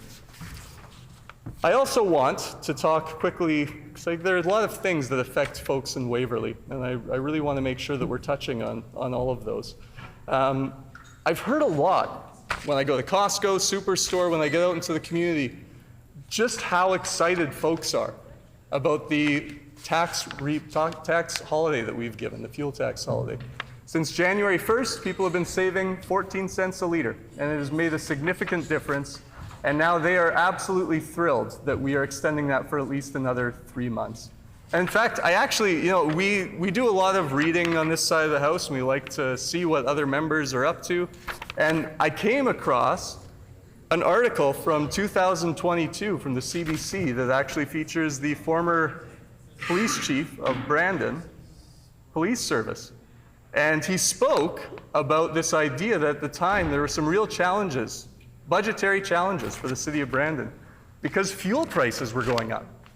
Imagine if the provincial Progressive Conservative Party had cut that fuel tax in 2022. Think about the money you could have saved for your police department. It would be fantastic. I think it could have been a really important action that you could have taken. And we made sure to do that January 1st. We brought it in. We're saving money for folks in Waverley and across the province. So I also think that something that's very exciting from this budget is our new homeowners affordability tax credit. It's a $1,500 tax credit that will go to every homeowner in Manitoba. It is so important. We're saving Manitobans money. We're also going to remove we'll be providing a $575 renter's tax credit. And they were speaking a lot about how we're not doing enough for seniors. We're also providing a $328 top-up for seniors because we know seniors have worked very hard to grow our province. That's right. And they shouldn't have to choose. They should not have to choose in their retirement age between rent and groceries. That's unacceptable. So we're making sure that we're going to take care of them. We're also bringing in broad middle-class tax cuts by increasing personal income tax bracket thresholds and the basic personal amount. And these measures are going to mean more take-home pay for Manitobans across the board, something that we can all be very proud of. I've also heard from a lot of Waverley constituents about childcare in Manitoba. You know, we're investing to make sure we have true $10 a day daycare all year round. And we're also investing almost $21 million for new childcare spaces and increasing the wages for childcare workers. You know, and I've heard that firsthand when I drop my kids off at daycare from the workers there, that they really appreciate, I heard it already today, what we're doing in this new budget. You know, something else that I heard a lot over the past summer and then in the last few months specifically has to do with our MPNP program. And the fact that we increased our numbers, and you know, I appreciate that. That was a good action by the former government. But unfortunately, what happened when those numbers got increased is that the staff got decreased, and we weren't able to process those increased numbers. In this budget, we've set aside funds to make sure that we can hire new employees, new staff, to process those incredibly important applications to make sure that we can get newcomers into Manitoba working and supporting our economy. So I'm very proud of that. I would also like to say that, you know, as a City of Winnipeg firefighter, and, you know, I'm also looking to the member from Brandon West here, who was police officer for many years and was a part of a union for a number of years, where all of this disdain for union members is coming from. I don't understand it. So as part of UFFW, as a firefighter, I know for a fact that we donated to incredible organizations in the community. We volunteered our time. We spent time with folks all across Manitoba, and we kept people safe. And we were also part of a union. You don't have to be scared of it. It's okay. It's a good way to support employees. And I would say the member from Brandon West would probably agree with me as someone who worked in a union successfully for many years. And I really appreciate the service that he provided while working in that union. So thank you. You know, I don't have too many more things to say right now because I want to leave some of it for my other colleagues. There are just so many amazing actions that we've taken in this new budget, and I'm really proud of what we've done. One other thing that I do want to say is that this budget really, ultimately, is a celebration of the fact that we have one future, we're one people, and we are one Manitoba. Thank you, Honourable Speaker.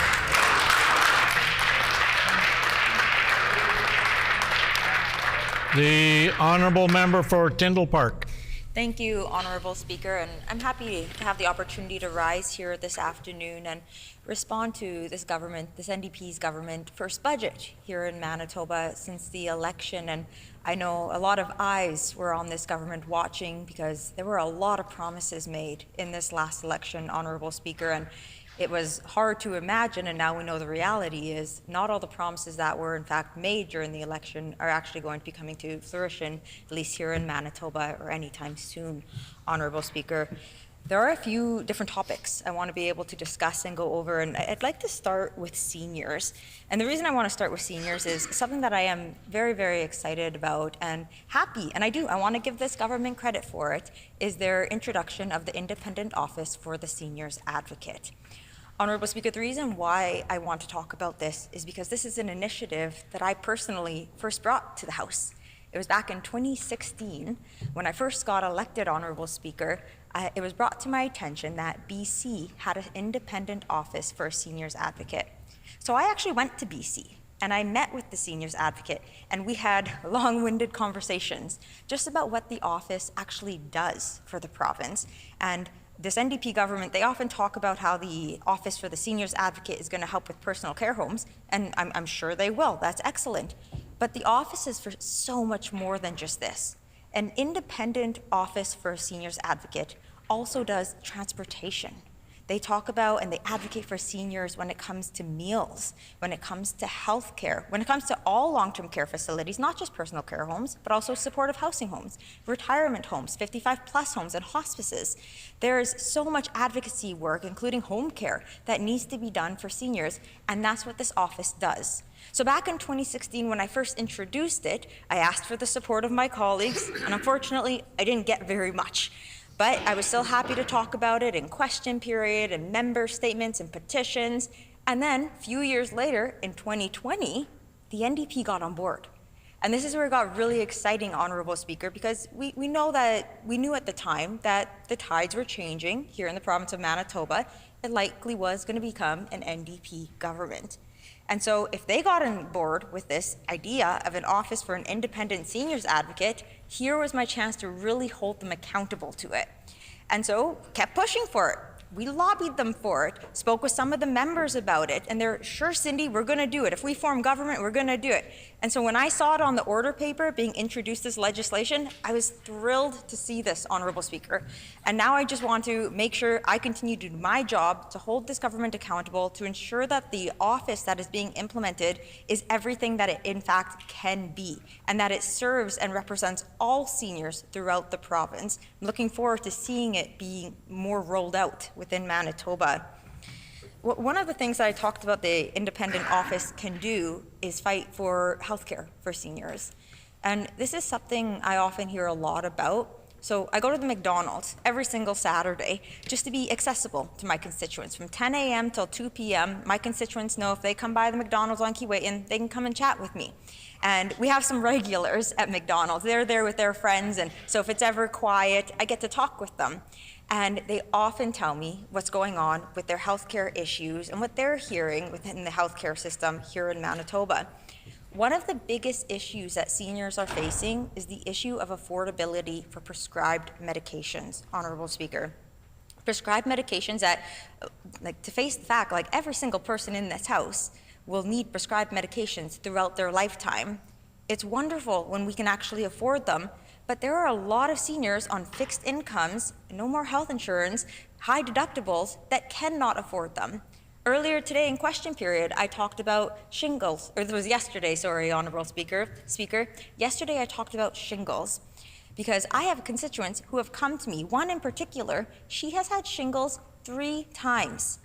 This is a rare condition to get more than once. She's had it 3 times. It is very debilitating, and each subsequent time you get it, it becomes more and more severe. She cannot afford the Shingrix vaccine. The Shingrix vaccine are 2 doses, about $150 each, so $300 total, that will prevent a whole lot of pain for the individual person, but also alleviate so many costs on our healthcare system. And that is why I believe that this NDP government should cover the Shingrix vaccine.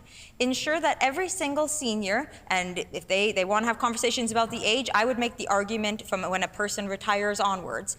Make sure that people have access to this vaccine. Make sure, because it's affecting all Manitobans. I know it's not just my constituents. I've had other people tell me they've gone to their MLAs. I know these are conversations happening, and it's ultimately up to this government to include it in our Manitoba healthcare coverage. It's something simple that we can do that is tangible, that not only changes the lives of many, many individuals, but does help our healthcare system, Honorable Speaker. And with respect to seniors, I was really disappointed that this budget did not mention day programs. And the reason I say that is because when I sat here, about the same spot here, Honorable Speaker, when it was the former government, myself and some of the NDP members, We spoke in these chambers about reinstating the day programs, how important that they are for seniors, Honorable Speaker, how they're great for mind stimulation and activity, how it's great for getting people out of their houses and with community members and socialization. And yet this NDP forms government and not even a mention of the day programs, Honorable Speaker. If they really want to help seniors here in the province, as they promised that they would during the election, they should be talking about prescribed medications. They should be talking about day programs. They should be talking about home care services. These are all essential needs that really, really need to be topped up here in the province of Manitoba. Honorable Speaker, I'm conscious of time, so I'm going to move on to my next topic. I want to talk about immigration. We have thousands of skilled workers here in Manitoba. They studied here in Manitoba, received best post-secondary education I think us as Canadians can make right here in Manitoba. They worked and they continue to work here in Manitoba. A lot of them are supervisors, managers, all different fields and departments throughout the province, Honorable Speaker. And that is why it is so incredibly disheartening and maddening, quite frankly, that this NDP government is losing out on thousands of them. And I quite literally mean thousands. I'm going to talk about that a little bit. I am very, very familiar with the history of the provincial nominee program here in Manitoba. When I first got elected again back in 2016, the program was a mess. It was the biggest mess you could imagine. People were waiting over 5 years just to hear if they were going to be accepted into the provincial nominee program. How could someone ask someone else to put their life on hold for over 5 years just to know if they'd be allowed to come to Manitoba? Never mind any of the details around it. So at the time, back in 2016, the new PC government came in, and I was so appalled by all of this, I actually staged a camp-out. I slept on the marble floors outside the minister responsible for immigration's office, and he wasn't my biggest fan at this time, Honorable Speaker. He further grew to like me, though. We have a great relationship now. We did this protest because we weren't hearing back. And I had constituents, all Manitobans, not only from Tyndall Park or Burroughs at the time, coming to me saying, Cindy, here, I've been waiting 4.5 years. What do I do with this? And that's why we staged the protest. And I think we were out there for something like 39 hours. And it's really funny, our current Minister of Immigration, her mom actually brought me food during the sit-in. She came and she said, Cindy, you're doing a good job. She encouraged me because, again, at the time, PCs were in government and I had the NDP support on it. They were saying I was doing a good job. They were encouraging me. They themselves started to get on board with a lot of these changes, Honorable Speaker. And so a few months go by, and again, I give credit when credit is due. The PCs did an okay job with it. They got rid of the backlogs. People were not waiting for more than 3 months to hear back from the provincial nominee program, Honorable Speaker. And this is a testament to what you can, in fact, do with the program. They deserve to be congratulated for that. Now, shortly after that, Honorable Speaker, I don't know why, but they brought in this $500 head tax. This was a mistake. They shouldn't have brought this in. The program had run successfully in the past when it was introduced without this $500 fee. It's a fee that when applicants are accepted, they have to pay now. And again, NDP government, when they were in opposition, so over the last 6 years here, they screamed. They would stand here at their desks and they go like this and slam on their desks and get mad at the former PC government and say, you charged a $500 head tax. How dare you do this? Honorable Speaker, they kept it. The hypocrisy. Here was their opportunity. If they wanted to give a break to some of our newer immigrants, get rid of the head tax that they so actively campaigned against or talked against for the last 6-7 years, Honorable Speaker.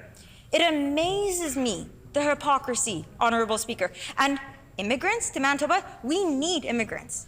Our economy needs immigrants. We get about over 9,000 provincial nominee certificates every year on average. This past year, the NDP's first year in government failed us. We missed out on over 2,000 immigrants here in Manitoba, highly skilled individuals, because of their negligence, because they chose not to invest in the program, and they've messed it up so bad, Honorable Speaker. I now have probably about 500 people, and I can talk to this too, I've had 3 meetings so far. The first was at my constituency office, and I posted it online saying if people want to come and talk with me about the provincial nominee program, if you've been waiting a substantial amount of time, come and see me. No exaggeration, over the course of 2 hours, I had over 250 people come into my constituency office. It was insanely busy, Honourable Speaker, but I got all their details and we've been developing an Excel spreadsheet. Since then, my list is over 500 people. These individuals have come, they've protested outside at the Manitoba Legislature on a couple of occasions. And yesterday, I actually had a Zoom call with many of them. What I thought was going to be a 1-hour Zoom call turned into a 4-hour Zoom call because I learned you can't have more than 100 people in a Zoom room. And so I had to go over and over and over again. But I'm trying to address all of the issues that this provincial government has the ability to fix if they invest in it. But they've chosen to invest peanuts into it, Honourable Speaker, when the backlog is months and months. People are waiting almost a year now, Honourable Speaker. These are where investments should be made. Honourable Speaker, I'm just going to take a sip of water here.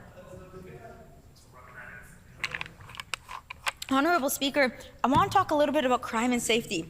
I made mention to some of this earlier, so I'll keep these remarks a bit shorter. But some of the points here, and this is directly from the budget, page 78, cuts to both the Winnipeg and Northern Child and Family Services. Cuts to the mental health and addictions treatment recovery, that's page 114. Cuts to community corrections, that's page 127. Think about our community safety, Honourable Speaker. This government keeps standing up on the so-called podium and talking about how they're going to make our community safer. Then why, according to page 127, are they cutting community corrections? Why are they cutting family resolution services? This is on page 128 to 129. Why are they cutting crime prevention and the Security and Intelligence Branch and the Manitoba Criminal Intelligence Centre on page 130? There is no mention of a creation of a youth mental health strategy, which has been called for numerous times by the Manitoba Advocate for Children and Youth, Honourable Speaker, and no mention of any creation of a strategy to reduce or eliminate intimate partner violence, whereas Manitoba is one of the highest rates of intimate partner violence across the country, Honourable Speaker. And to talk about the Advocate for Children and Youth here in the province, we called for an emergency debate. This was a few weeks ago now, Honourable Speaker.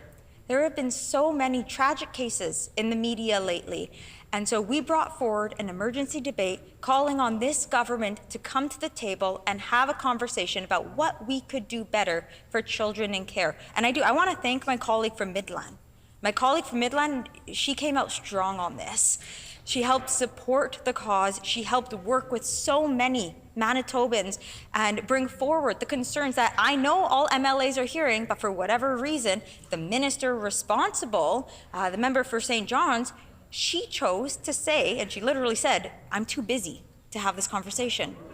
Honourable Speaker, this is literally her job. She can't be too busy to talk about children and care when this is her job to talk about it. We had the Advocate for Children and Youth say that we should be having this debate. We've had many of media suggest that we should be having this debate. We must have had hundreds of different people reach out to us as MLAs encouraging it. And for her to just shut it down when she was here in the room and she just said she was too busy. Again, I would argue that is her job. I don't know what she is too busy doing. It's very disappointing. And when you think about it, we have over 8,000 children still in care today. What we can be doing is we can be working more with Indigenous leadership. That's something that our province could really take the lead on, and we know needs to happen, but unless we have these debates, that can't happen, Honourable Speaker. We can be working more with foster parents and agencies. At the end of the day, we want to make sure that as many children as possible can remain with their biological families. That is the ultimate goal. That is what we want. But we need to make sure that those who are still in care have the resources that they need. There are children in care today here in Manitoba who do not have a pair of shoes. That is on us, Honourable Speaker. As elected officials, we need to make sure we are investing in whether this be items like shoes or resources or agencies to ensure that Manitobans have their basic needs met. And that's often when I start to think about this gas tax. And Honourable Speaker, I want to come out very clear on this. I support the gas tax. I voted in favor of the gas tax. I think it was a promise made by the NDP government. Manitobans deserve to have what was promised to them kept. But when we think about how money could be used, think about the shoes for the children in care who don't have shoes.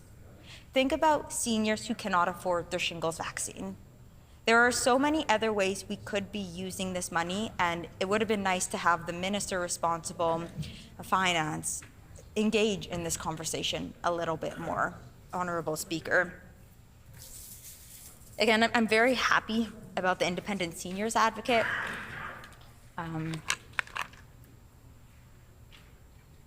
I'm also very happy that there was mention of the Mollard Road construction. That's something that I first brought forward into this House, and I'm glad that the NDP government have decided to support it. But the ER up north, Honourable Speaker, about replacement workers, it only took them 6-7 months to get to it, but I'm glad they got on board, Honourable Speaker, especially being the NDP government. I'm very disappointed when it comes to my constituency because there was no more mention of the Tyndall Park School. Under the former government, they were building 6 new schools. One of them was in the constituency of Tyndall Park. I can tell you my constituency desperately needs a school. This NDP government decided to cut it. No more Tyndall Park School. We need that high school, Honourable Speaker. They also didn't mention Seven Oaks Hospital, something, again, they campaigned on, Honourable Speaker. They spoke about it. They mentioned Seven Oaks Hospital during the election, how they're going to improve it and help it, and not one mention of it in this budget, Honourable Speaker. The North End is growing. Our population is getting bigger and extending. Where's our local hospital, Honourable Speaker?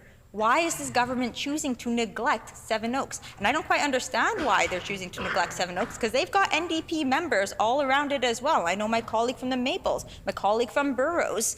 I've heard them talk about the needs at Seven Oaks Hospital here in this House, again, when they were in opposition.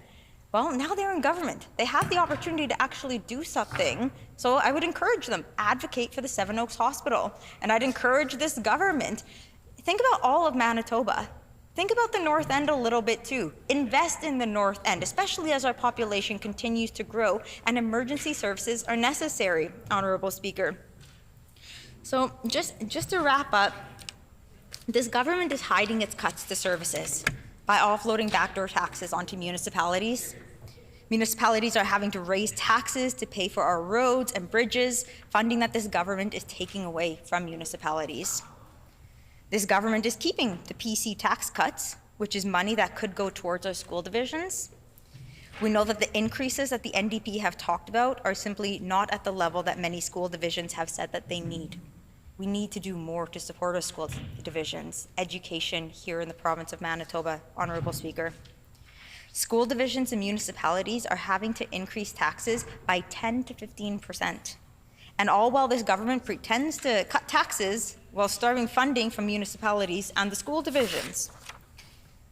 What I found to be really interesting is that the interest alone, just the interest, Honourable Speaker, that Manitoba pays on debt is almost 3 times as large as the expense of the entire Department of Justice.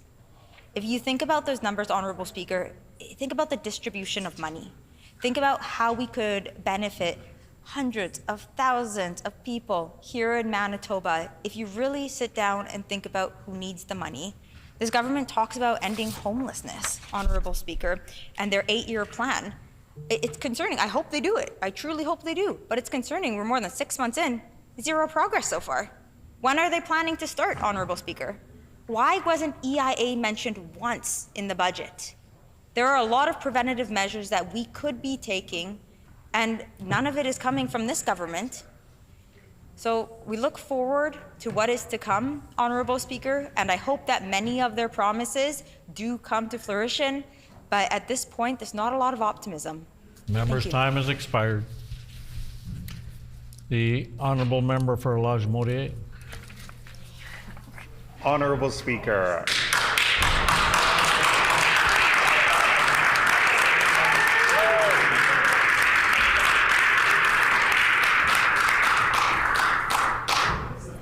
Honourable Speaker, I'm delighted to rise today to speak to the budget our government has put forward. I want to first thank our Finance Minister, our First Minister, our Cabinet, members of the Treasury Board, and all of the staff that have committed so much time to producing such an optimistic path forward for our province. This budget is built on 5 pillars: rebuilding healthcare, lowering costs for families, healthier families and safer communities, growing our economy, and a government that works for you. And these pillars lay the foundation and the vision for how we can move forward. This budget finds that balance between investing in the areas Manitobans elected us to work, rebuilding healthcare, and making life more affordable for those that need it, while also addressing the fiscal mess we've inherited from the previous government. I'll admit, the work of government can sometimes be complicated. As someone who's been doing it for a whole 6 months, I still find it that way. But I think there's some foundational things that governments should be doing. One of them is ensuring that we have a functional public service. And part of that is honoring and recognizing the work of the public servants that ensure that our government is working. And so I was so thankful to see investments and improving those foundational services that Manitobans expect from their government. We're getting rid of those paper health cards that we've had for decades.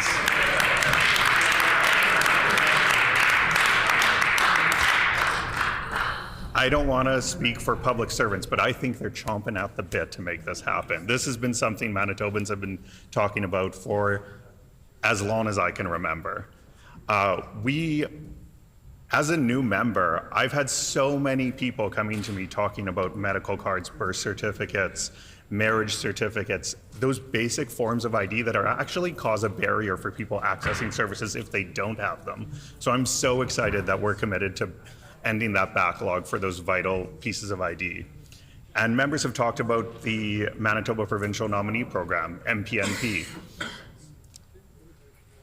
It is so vital that we process those applications so that folks in Manitoba can get to work, grow their families, and build their lives in the way that they want. And I'm so glad that our Minister of Immigration ensured that we have more staffing to process those applications so that we can grow this economy together, grow this province together. And so I want to thank the Minister of Finance and the Minister of Immigration for ensuring that we have the staffing, those public servants that want to do the work, they're there to process those applications. Prioritizing young people and their education are some of the smartest ways governments can invest in Manitobans. I am so happy our government sees this and is working to undo the damage and hurt years of underfunding has done to the education system, to educators, to students, and to families. Investments in physical infrastructure are an important part of ensuring opportunities are in place for young people. Schools in Lagimodiere are bursting at the seams, and the 2 new K-8 schools in Sage Creek are great news. These partnerships with Louis Riel School Division and the Division Scolaire Franco-Manitobaine are important investments that meet the needs of our growing community. When these schools open, childcare centers will open alongside them. The importance of a continuum of learning opportunities is valued by our government, and I have to thank our ministers for ensuring this budget reflects that. I cannot properly express how important expanding access to childcare is for families. Just last week, I had a community member reach out wanting to meet. We set up a time. She's like, okay, a couple more people are going to join us. We had a table of 10 people when we ended up meeting, and it just speaks to how much communities care and are invested in ensuring that there's childcare available to their families and to their community. Order, please. When this matter is next before the House, the honourable member will have 15 minutes remaining. The hour being 5 o'clock, the House is now adjourned and stands adjourned until 1:30 p.m. tomorrow.